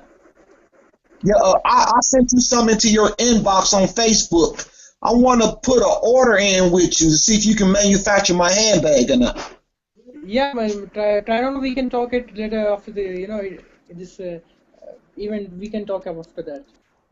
Oh yeah, no doubt. I sent that offer to you already, just to let you know that I do network, and by me skipping meals, that's how I save all my extra money up. Yeah. Yeah. But we like I said, we also have a crowdfunding platform that we'll hopefully be launching this spring.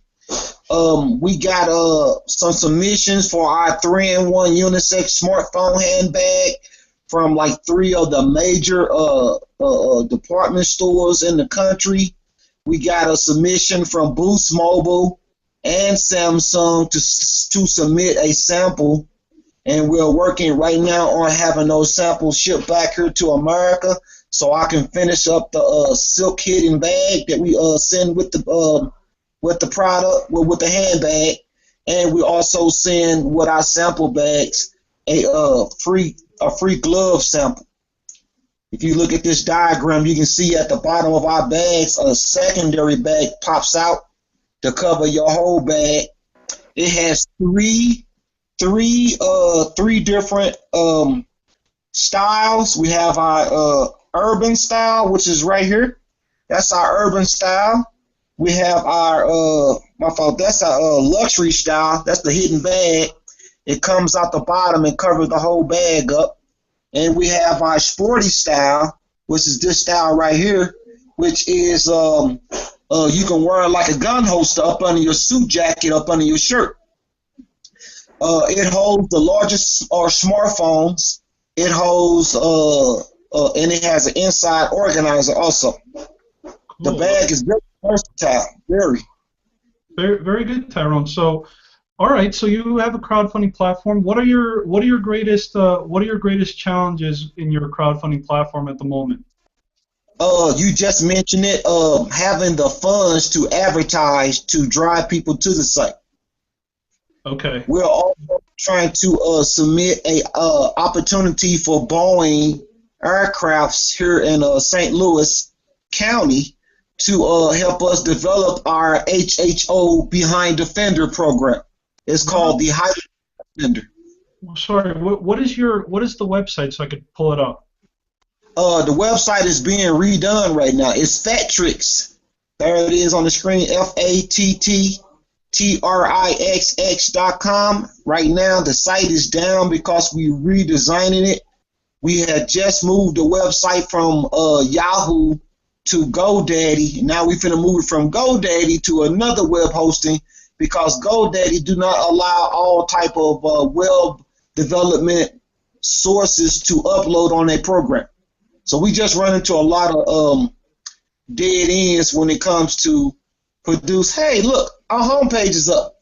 You got it. Well, that's about all you're gonna get because we're still working on it.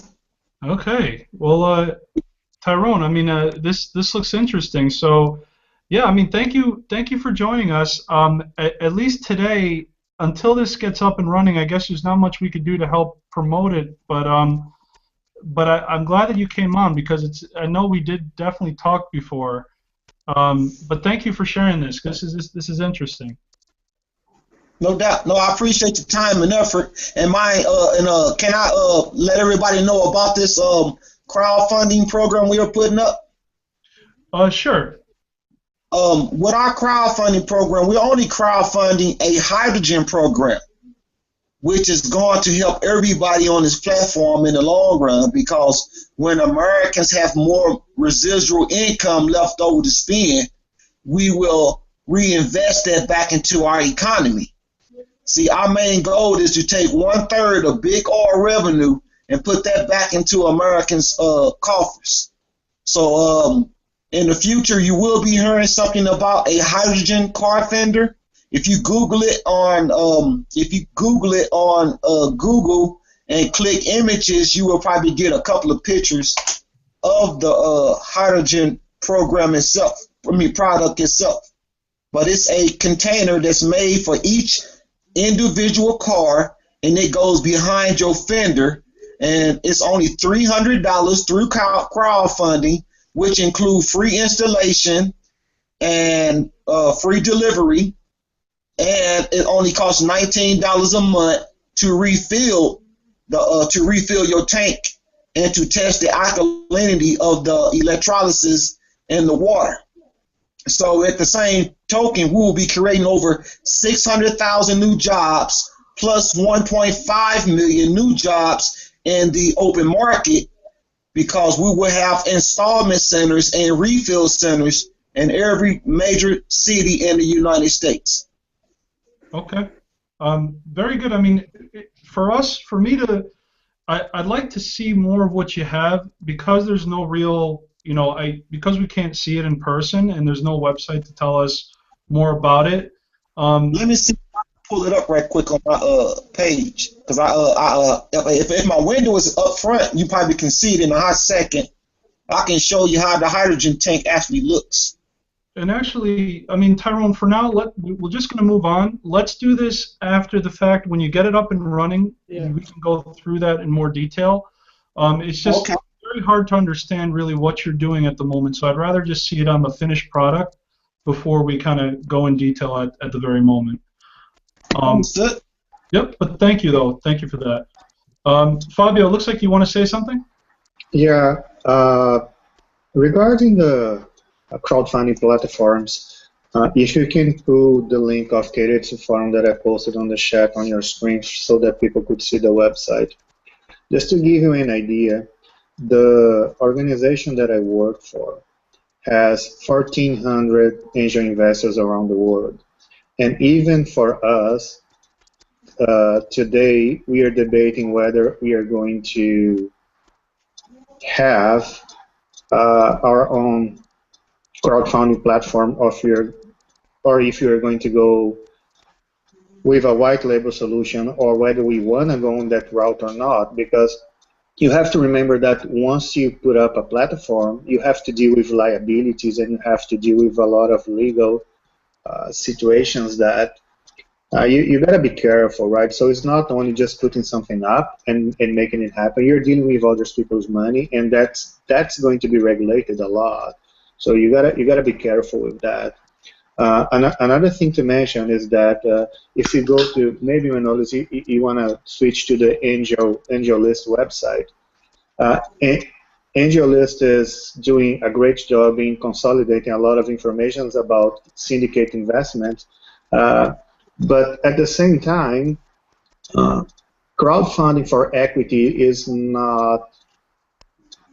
It's not there yet. It's getting there. It's gonna get there, but it is still restricted to accredited investors.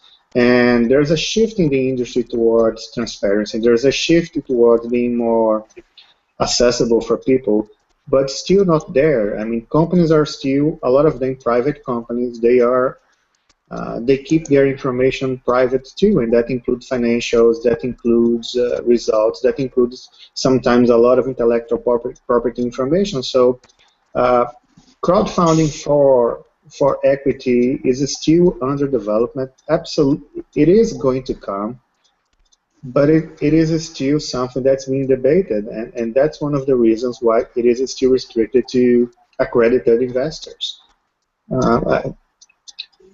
That's just something that I wanted to share. And raising money for equity is not easy as raising money for a product or a concept where people are supporting your philosophy or helping you launch a company or helping you launch an idea that they support for different reasons. It is about looking for financial rewards a lot of times. So it comes from a different perspective where the entrepreneur needs to be ready to disclose a lot of information. So the due diligence process is very extensive, and it follows the company and it follows the individual itself. And so it's far more complex than doing a crowdfunding at Kickstarter or Indiegogo.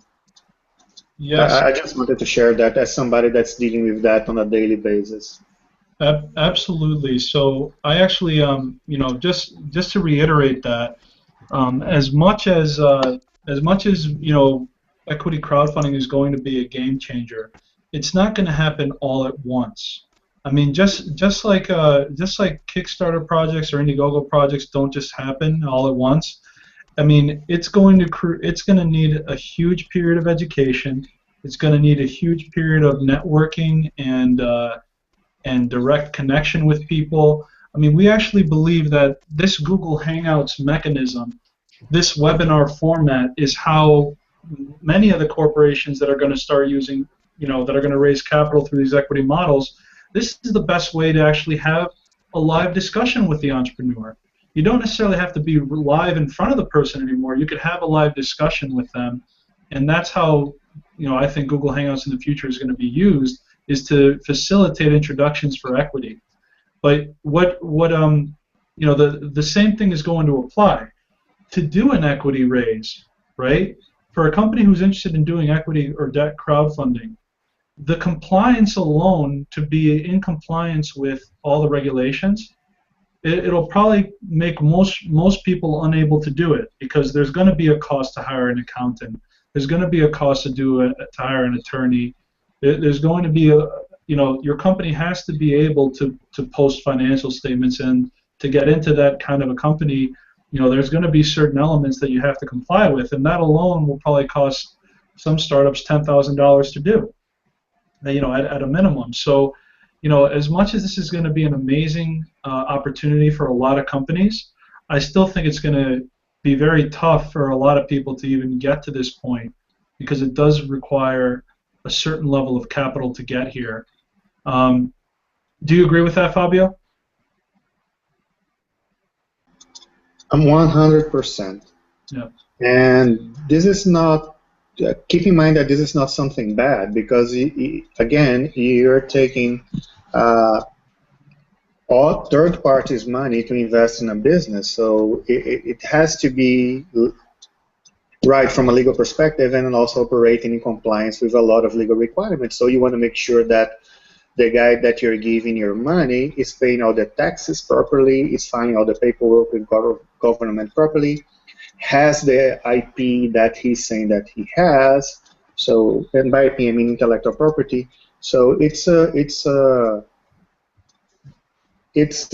great, but it requires a lot of infrastructure. But having said that, just the level of transparency that you can have today when you go to the AngelList website, and you can see the deals, and you can see the amount of money that's being raised, and you can get what in a few years ago would be strategic and confidential information, openly disclosed there, it's a step in the right direction, because we all want to know what's going on with companies. We all want to have full disclosure.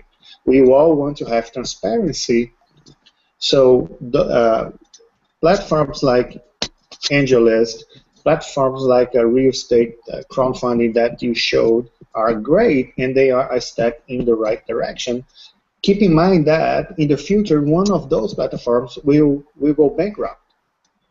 And then people that lost money with them will say, hey, why didn't anybody regulate that? Why didn't everybody take care of my money? So there is a balance that needs to have, but it's definitely going there. And with that too, Manolis, you know that the legal cost can be astronomical for companies raising just to execute equity agreements with lawyers that charge, around $250 to $500 per hour. So with technology, it's becoming more affordable to do that using templates, using online tools to generate legal documents. That works also in the software side with all the licensing agreements and everything that you can pay companies to do for you using an online platform instead of developing your own licensing agreement that would cost a fortune if you're going to do individually for each company. So everything is being disrupted, but you have to be careful with what you wish, because people can lose a lot of money. And just to give an example, for Keiretsu, for example, which is a very traditional group of angel investors, in our area, which includes Washington State, includes also Oregon and British Columbia here in Canada, our area, anywhere between 30 and 40% of the deals that we make are not in the technology area, are in the real estate area. So there's a lot of money going from accredited investors in real estate too. Just to give an example, that's not only technology, it's just done in a very traditional way. And white label platforms are going to be a great way for institutions like Keiretsu and other angel investors group to leverage their potential.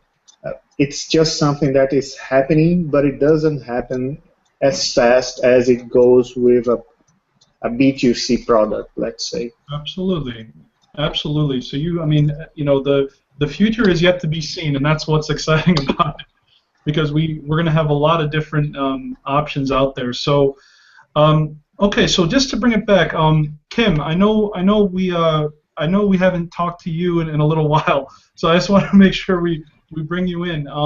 Based on what you've seen about crowdfunding, from the equity side and the reward side, what are your thoughts in general about about the industry? Like, what are you picking up? Because I know when you and I first met, you were very intuitive. You were able to understand, what was happening really quickly, and that's why you're here. You see these amazing opportunities for communication and for the movement. But what are your thoughts on all this?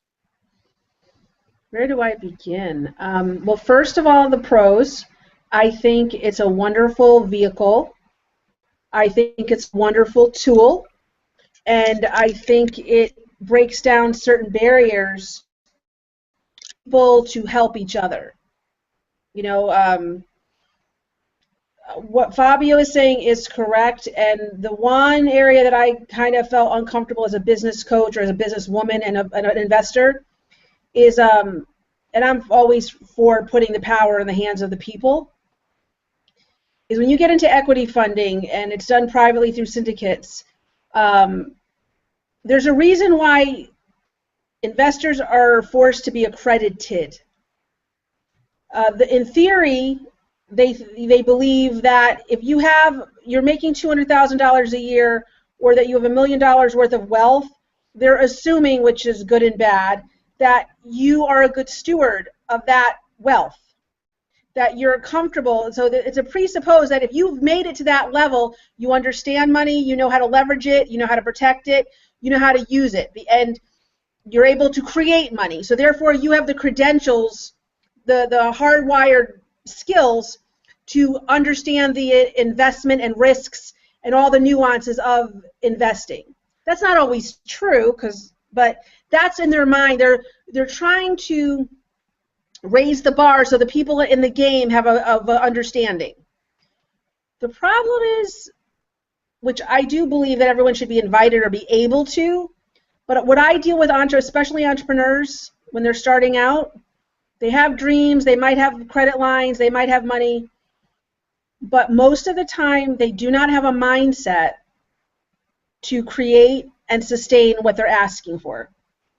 I wish I could tell everyone that I was born out of pure inspiration, that I woke up one day and said I wanted my own company and did everything right. No, I went to work one day, found out I was no longer needed, and I just said I'm never working for anyone else, and I had 2 weeks severance pay. And that's how I launched, and $10,000 in debt. So the reason why I'm still here 15 years later in 3 recessionary economies is I took the time to figure out how the game is played, whatever game like I wanted to play. The biggest mistake that I see on investors or entrepreneurs making in this arena is they get attracted to crowdfunding not because it's brilliant, not because it's flexible, not because it's a great way to leverage money and do things that you couldn't do in traditional senses, but we come to crowdfunding because somewhere in our belief system or experience we feel we can't afford anything else. And that's the biggest pitfall that I see. If you're going to do crowdfunding, it can't be because you don't got what you don't got, that's the way I say in my coaching. It's because you think it's a tool that'll get you there faster, better than anything else that you can see. So I would say, and where does that show up? I love what you said, Manolis, about how people, they pay gurus and they pay for education, but they don't implement, they never buy anything, they never actually get on the field. So that's why I'm very proud of hearing some of the participants. Whether you're following the script, whether you're not following the script, good for you because you're actually engaging, and that gives you experience. We don't always hit every ball out of the park. But my thing is, I think it's great. I don't think it's for everybody. But I think it's worth getting educated on. And if you're going to do it, you need to make sure where your mindset is. And as entrepreneurs, it can go from scarcity to abundance in a breath. But that would be my main feedback. If you're going to do it, play the game the way it's played and understand the inherent risks and rewards. Absolutely with that. You said it right, Kim. 5 years ago, if this opportunity came across like our desk, right, with the whole Reality Crowd TV business here, if we 5 years ago, I wouldn't have been of a mindset to even want to do what we're trying to do here. So you're right. The mindset is something that is paramount because that is the staying power.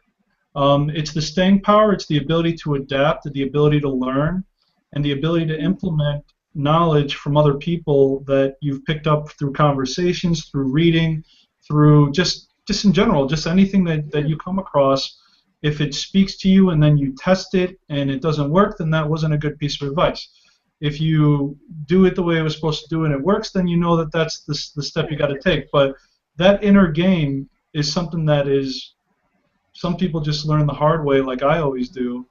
Other people are able to read something and they learn, and other people are able to see something and they learn. But I think a lot of it, that inner game that you're talking about is sometimes you just need a guide to get you there too. Yeah, but also too, Manolis, it's the inner game is essential. Everything is created, won or lost in the inner. But what I think is good for people looking at this to remember is the rules of business are the rules of business. It was the rules of business in the Stone Ages. It was in the rules of business in the 50s, and then even in the information age, technology age. There's rules of business. There's rules of money. There's rules of investing. No matter how creative we all get in doing it, those fundamental rules never change.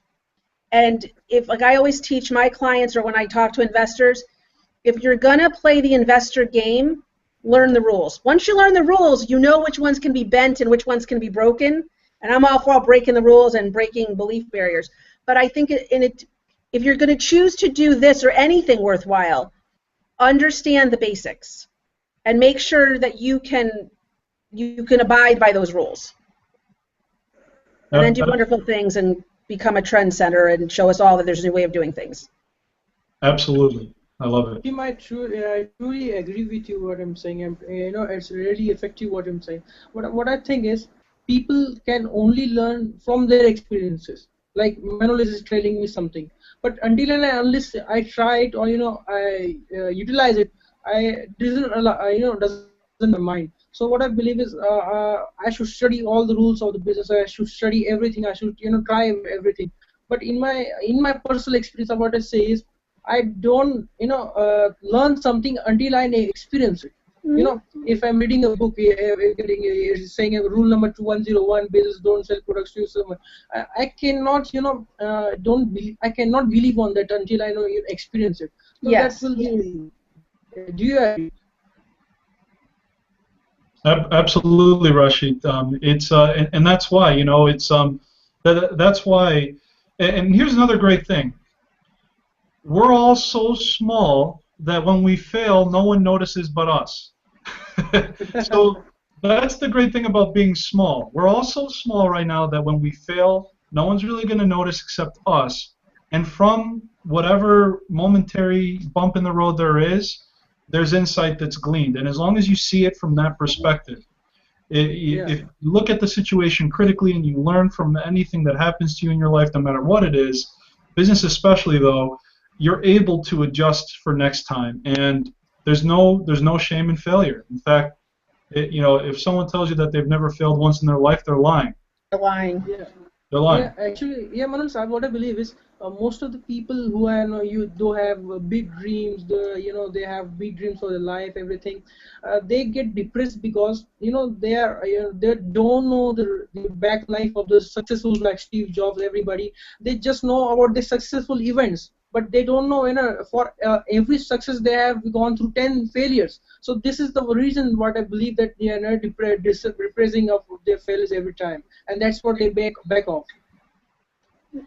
One of the things I teach entrepreneurs, Manolis, is if you're afraid to fail, entrepreneurship is not for you, because it's through the actions and falling down you get the experience. Because a lot of people come to, I'm sure all of us in our fields, people come to me and say, I read. I said, you can keep on reading and you'll never know until you do. So my advice to entrepreneurs is, if it feels good to you and you want to try it, start small. Take a bite. If you can master a bite, take a bigger bite. And then before you know it, you can eat the whole elephant. But I think the biggest mistake entrepreneurs make, or future new budding investors make, they watch. I always say we watch too much MTV. Not every, Beyonce wasn't born as Beyonce. Once upon a time, she was an unknown, singing in her backyard, hoping to get her big shot. And I think it's with our kids too. They think if I'm not making $200,000 out of college, I'm a failure. And it's like anybody in history, anybody who ever made it, will tell you they started small and they had humble beginnings and they had failures. And I think if you take that attitude, hey, I'm going to try it, and if nothing else happens, I'm going to learn from it. That's what gives the energy to keep on going. Yeah, actually, to support it, we have saying in Hindi that never try to test the depth of the river with both of your legs. Try with a single leg. There you go. Absolutely. That's amazing. And Anna, can you share with us that quote you shared, because I love it. Sure. I don't know who said it, so it's not my quote, but I just love it, and I actually wrote it down in the cover of my new project notebook, and it's a journey of 1,000 miles starts with one step. Absolutely. You know why I love doing what I do? Because entrepreneurs are just so positive. We're all so positive. We see the possibilities, and then we break down the possibilities into today. We know what we want, but now today versus what we want is so far away, and you just have to keep moving forward. You have to make that step every single day. But the ability of entrepreneurs to move forward in the face of uncertainty, and in the face of lack of a safety net, and in the face of lack of a steady paycheck, these are the things that we're talking about in the inner game. If at every turn you're allowing fear to overcome you, you're going to have a tough time being an entrepreneur, because there is no standard, at least in the early stages. There's no there's no safety. You don't know if you're going to get the next paycheck or the next customer or the next this. It's everything is left to you initially until you bring enough people in and can afford to, or inspire a bunch of people too. But the ability for all of us to think in a certain way that is empowering in the face of so much adversity is really what an entrepreneur is. And Fabio, it looks like you're about to say something. Maybe not. No, I was not. Maybe it was background noise from someone else. Perfect. No, but I mean, I relate with what you were saying, and I've been in entrepreneurial world myself a few times. Some successes, some failures. It is what it is. And one thing that I learned is I can always ask for help, and I can always ask for help from a perspective of knowledge. There's people out there that know more than you do about something. It's life. You go to a doctor because a doctor is a doctor.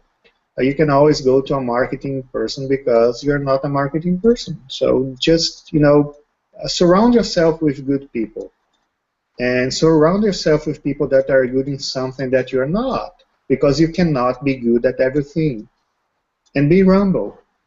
Once your company grows, surround yourself with good advisors and strategical ones that can open markets and help you with things that you do not have. It's as simple as that. I mean, I am a business development consultant. I help a lot of companies develop new markets and come with strategies to develop new products. I'm not a finance guy. I'm not an accountant. I understand basic things, but if I need to make a financial model, I have to go to someone else. And it's a reality. Yes, and actually, and that's you lead to a good point, because another thing we should all kind of realize too, right? The real skill that is lacking in most businesses is business development.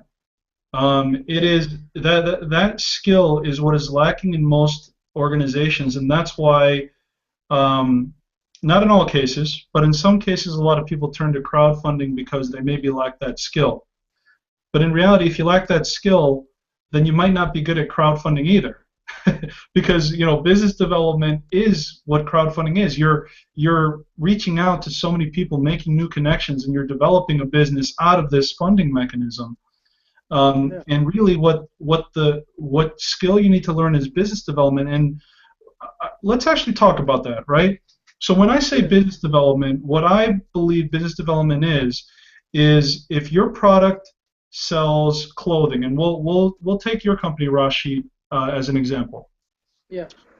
Your company sells clothing, and so if I was a clothing company, the goal of my clothing company would be to get customers to wear my shirts and buy my clothing, so that I can make sales in my clothing company. And so the goal is to make sales. Business development is the ability to translate what the end goal is into actionable steps and connections that eventually reach to the end goal. So it starts at the lead. How do I find my target market, which is the lead generation? It starts with, once I found them, how do I talk to them, connect with them? That's the conversion.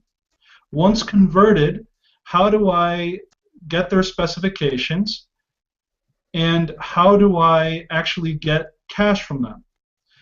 It's what I like to call a business model, what I kind of explained, but business development is the ability to make connections that lead to a sale, and it takes a certain level of thinking. So let me ask you, Rashi, aside from crowdfunding, let's say crowdfunding never existed. Yeah. In your mind, what is your business model? What steps would you need to take in order to turn, where would you find your customers? How would you end up bringing business into No-Break Clothing if crowdfunding did not exist? Manolis, what I believe is, people often see business as a one factor when can win you the battle. The most people think of it. But what I believe is, you need all the things perfect, 100%. You need marketing 100%. You need mouth publicity 100%. You need relation building 100%. You need product quality 100%. You need pricing strategy 100%, because you cannot win a battle with a single element. You need everything in that. So before crowdfunding we were doing is we were selling products to existing retailers over here in India. It's been just 1 year for me, because I'm just 20 now. It's been 1 year for me to start a business. So what the market was unique in India, because we didn't approach to the retailer, hey buddy, this is my product, will you like it? No, we approached in a different method. Rather than just selling through social media, online stores, we just approached to retailers, franchise stores. We have good market over here in India right now. We are a small company. Instead, we are competing with big Indian brands over here. So if crowdfunding doesn't exist, I will be preferring mouth publicity, customer to customer sales. I will be preferring online sales over here. We will be preferring franchise stores over here, and all of this. That's the point I mentioned. I need to focus on every point, not a single point. I cannot say, hey buddy, I have a 1 million budget for marketing and then I will be a big brand. No. If you have a great brand, marketing budget, if you don't have a great product, you will not win this battle. But this is what I believe. You need to have 100% in every sector of your business. Okay. I have my opinion on that, and maybe I just misunderstood, but my personal opinion is, yes, you have to be involved in everything initially, because you are, you start as a startup, you have to be involved in anything. But the nature of my question was more so, I actually don't think it has to be perfect right off the bat. I actually think you don't have to be 100% perfect in this, 100% perfect in that. You have to take it down the business model. So if your target is a retailer, yeah, you would break it down to say, okay, if my target's a retailer, what are the ways that I can contact them, or what are the ways that they can contact me?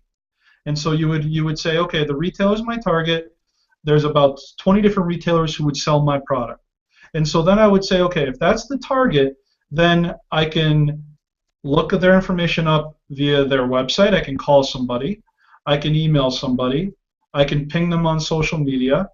I can look within my contacts and see if they have a prior relationship with somebody in that company. And I can I have all these different ways of contacting them, right? Yeah. So then that's step one, is get them to respond. And then now that you have them in response mode, hopefully you're able to continue doing the first step, because leads are the lifeblood of any business. You have to continue that moving forward. But even if you have to stop because you have Walmart on the line, if they're the fish that's on the hook, then maybe you do stop for a second, because that's a big client. At that point then is, what is my pitch? Like, what am I going to pitch to this company that I actually have who's interested in hearing what I have to say? And so then that becomes, how do I convert the lead into my actual business? So then you have to have a presentation. You have to speak in their terms to say not how great I am and how great my company is, but why my company will help your company achieve your goals.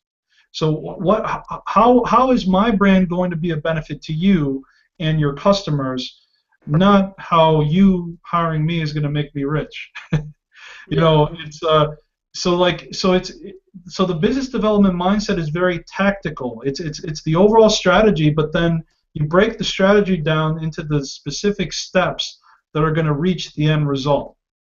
If I share you something with you, actually when we started a company, it's really impossible to believe me. I started my brand with $500. $500, yeah, and we made 15 retailers within 3 days. How we made it? Before reaching to any retailer, I sent, before reaching a retailer, before 1 week, I sent at least 10 people on the store asking for Nobre. Nobre didn't existed before that, but I sent 10 people, different people on the store that and told them to ask about Nobre. And Nobre was not available on the stores, but this created a mindset in the retailer store that, hey, Nobre is something. People are asking from Nobre, and then we reach to them. This way, as creative, need to be creative on this. So that's why we created in 15 retailers within 3 days of the marketing of a startup. So this kind of business development, what I believe is good for the businesses, especially startups. So I'll jump on that. Okay. I do not defend this kind of tactic. This is not good business development, because you're creating a demand that doesn't exist. There are online companies doing that in the online space that are being chased by Google and other companies because they're not being ethical. So business development is not a shady thing of sending people to the store and creating demand for something that doesn't exist. So I will position myself extremely against that. Business development is the process of breaking down what your product is, who is your target client in terms of geographic location, in terms of company size, who is the decision maker, coming back to a strategy to connect with them. And that can be done online, that can be done in person, knocking on doors, that can be done going to trade shows. There are a lot of different ways of doing that. Yeah. But if you want to build a company in the long run, you have to be ethical. And what you're describing there, it's a very old-fashioned way of doing business that is not going to lead companies anywhere. And I would like to make a strong statement against that. Oh, no problem, no problem. I really appreciate your comment. Sure. Actually, maybe I didn't pick up on what was said, but I agree. I mean, there are tools that drive fake traffic to sites. So I think that's what you were talking about, Fabio. Is if the traffic is not authentic and you're just pumping metrics with no real value. Yes, I agree that that's so not. The example that was given was him before going to talk to the retailer, sending people that he sent to the store to ask for his product, which is the equivalent of creating fake SEO, create fake traffic, creating fake blog postings, or create fake reviews online, creating something for your company that's not there. And in today's world, there is no space for that. Interesting. Okay, I didn't catch that. I will say that's very innovative, though. I would have never thought of doing that. I will say that's an innovative approach, but I hear what you're saying, Fabio. Tiffany, you were going to say something? And you're on mute, Tiffany. Sorry. Sorry about that. No, I can't. I'm not sure what's going on there. You might have to log back in. I'm not sure why that isn't working there. But yeah, but no, that's interesting. And actually, let's jump quickly to Anna, because Anna, you've been patiently waiting. We haven't chatted with you in a little while, so thank you for being so patient. No problem. Learning a lot. Yeah, and so based on everything that you've seen today, and you're preparing a crowdfunding campaign, what insight do you feel you've picked up from everything that's been discussed? Like, what is something that kind of clicked for you today? Well, actually, getting a validation about how important it is to prepare and get a crowd ready before you actually launch a campaign. I think that would be the most important piece that I'm picking up. It's something that in a way I knew, but seeing it in action and talking about it with with everybody in the panel definitely confirms that that's the key thing to have, and to make sure that these people that I'm connecting with are the right people that I need to connect with, not people that are potential donors, that are potential customers, that are real supporters of the idea, and then also how to connect with people beyond the immediate circle. Sure.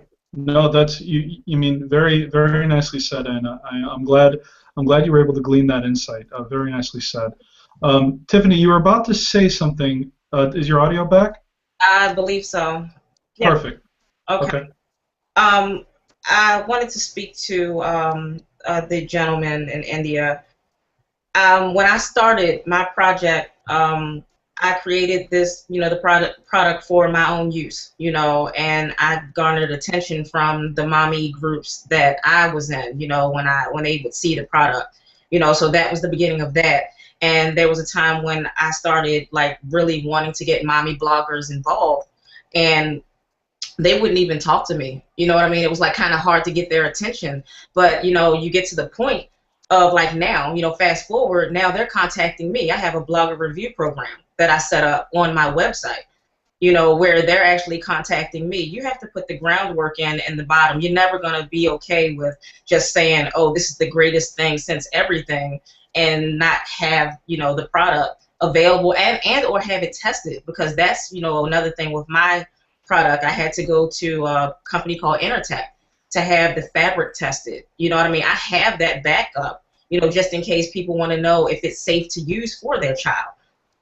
So it's just a lot of stuff that you have to do, and I do believe in the whole ethics part, especially for my side of the business, because it's dealing with children.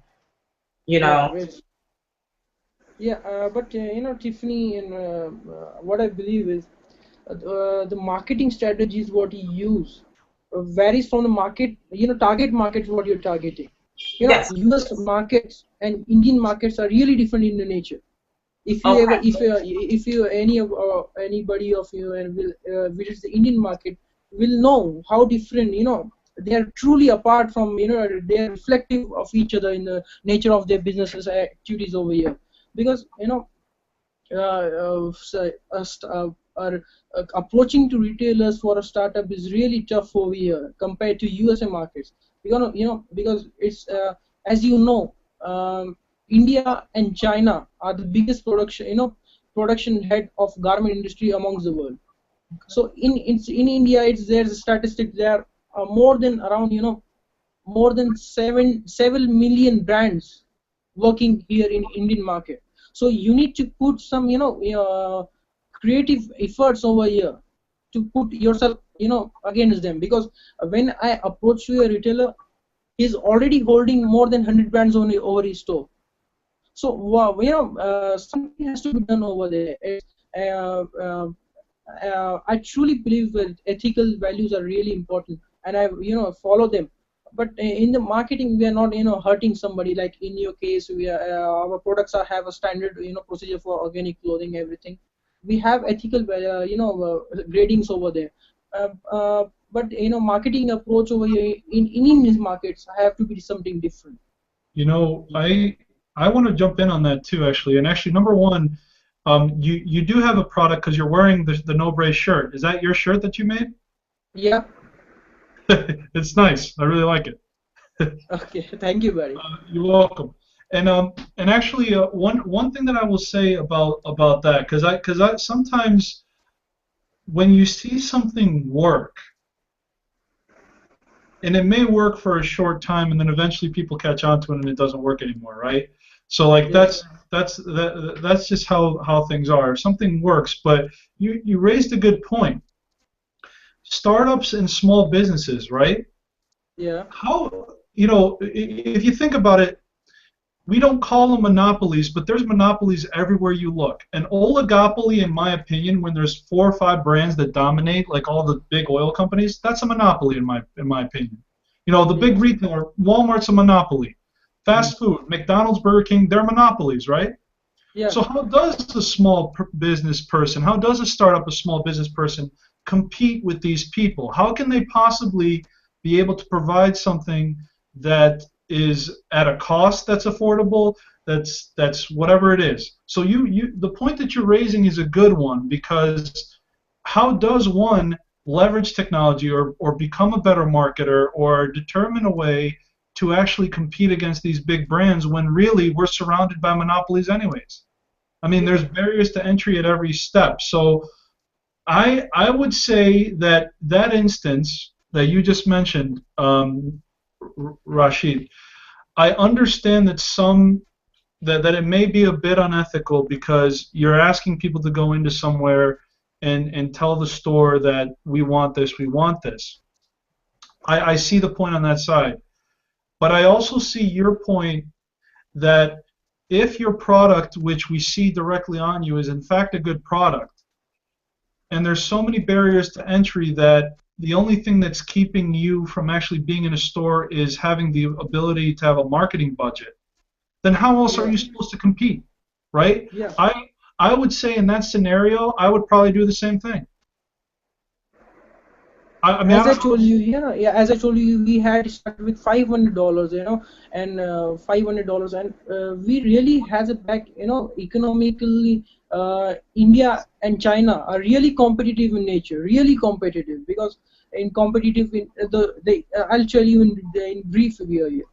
The markets of India runs only on the pricing strategy. It really runs of the. You may not, being an American, it may be difficult for you to understand over there. But India is a developing country right now. It is not a developed country till now. So the whole markets run on the pricing strategy over here, or your marketing budgets. There are big brands over here, marketing millions on the marketing budget over here. So being an entrepreneur, you need to have some marketing edge over here, so that you can compete with them. Yeah, and I mean, actually, speaking of clothing, and Tiffany, I'll let you jump in a minute, but speaking of clothing, there was an example of a young entrepreneur who essentially went into a Hollister, and I'm not sure who this clothing entrepreneur is, but she went into either a Nordstrom or a Hollister. She acted as if she was an employee of the store and said, "I'm just bringing in the new clothing brand, to the store, and here's all the shirts." She went in, took all of her clothes, put it on their racks without telling anyone. She didn't have any approval. She just took her stuff, went in and said, "Yeah, I'm with the company. This is the new shipment of shirts." Put it on a rack, and it sold out. And so she would have never had any opportunity. Obviously, that is completely unethical.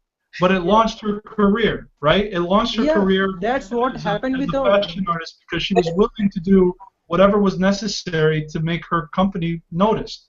I mean, yeah, Manolis. That's what trying to mention it. That we started, we didn't had any background, we didn't have a marketing plan, but when we planted our store, products on their stores, they were reaction was awesome. Like this shirt, I'll give you the example of this shirt.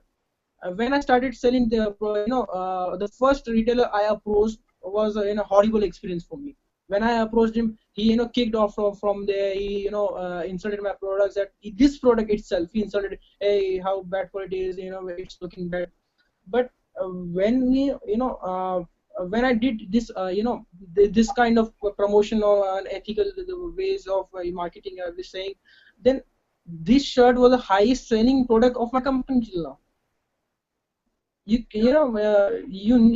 an entrepreneur, you need something that can be edgy in the economy you're working in.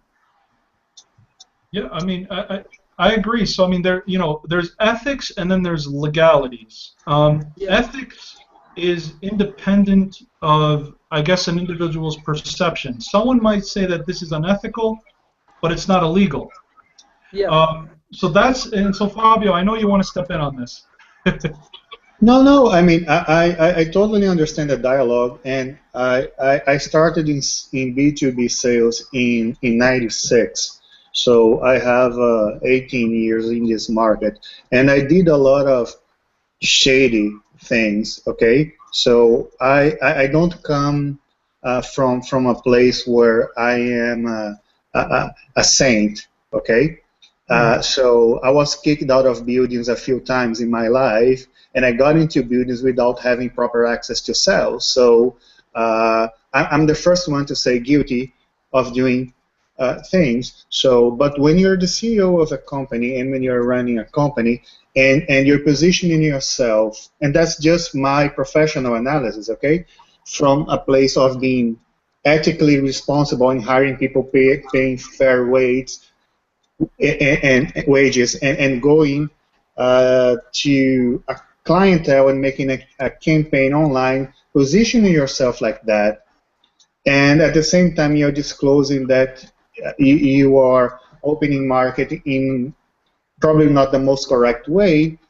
I can make an analogy and say that who guarantees to me that this guy is paying a fair wage to the people that he's saying that he's hiring? Who guarantees to me that this company that is unethical in the way that they sell in open market is not unethical, and there's a 5-year-old kid building this garment for them?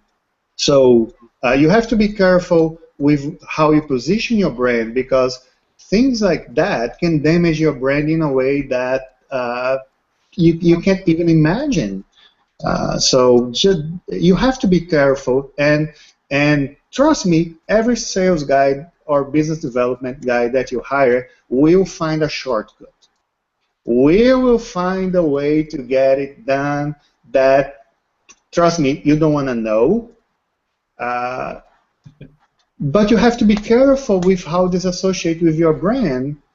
So that was my take on that. Just that.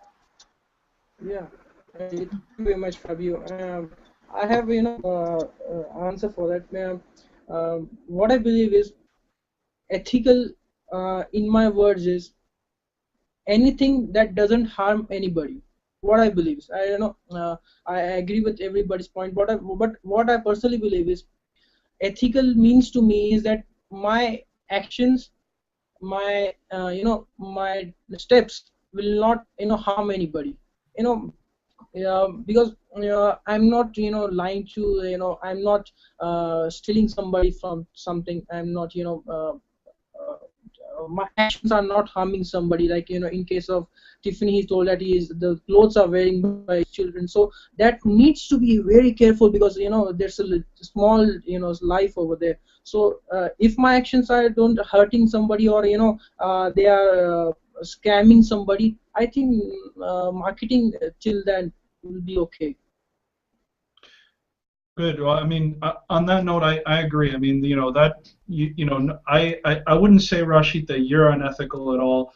I understand how someone might say it could be a nifty practice, but I also understand that in a world of monopolies, if you're not hurting anyone, how do you compete? How can you possibly compete in a world of monopolies?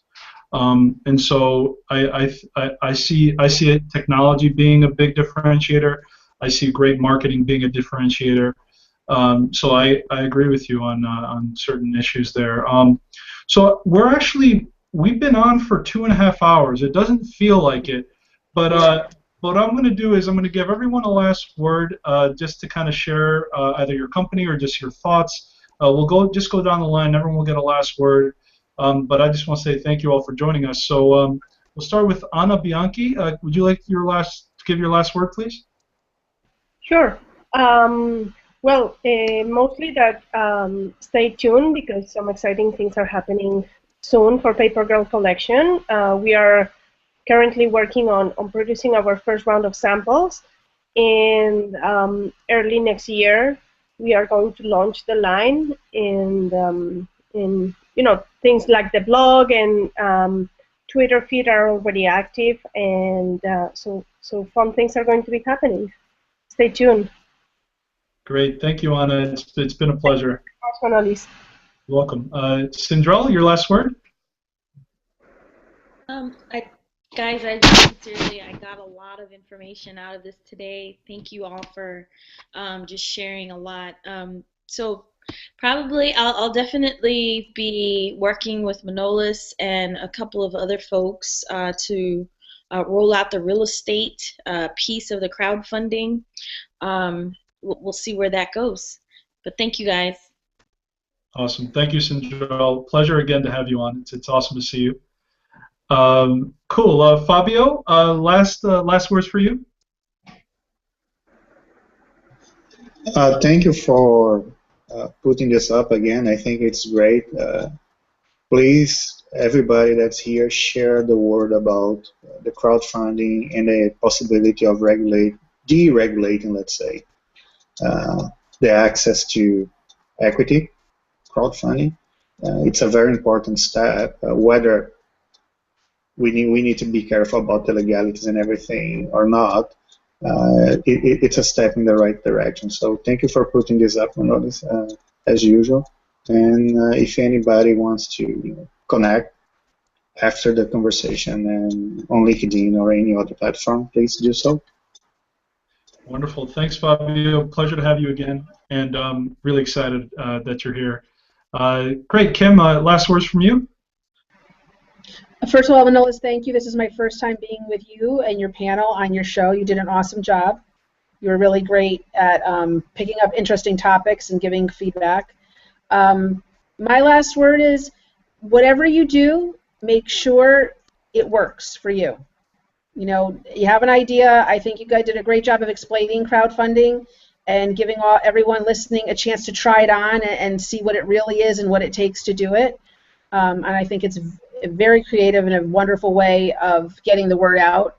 If people want to connect with me or get tips on business and or mindset, they can reach out to me at successgenie.com. And thank you to all the panels for sharing your ideas and sharing your companies. It's been great.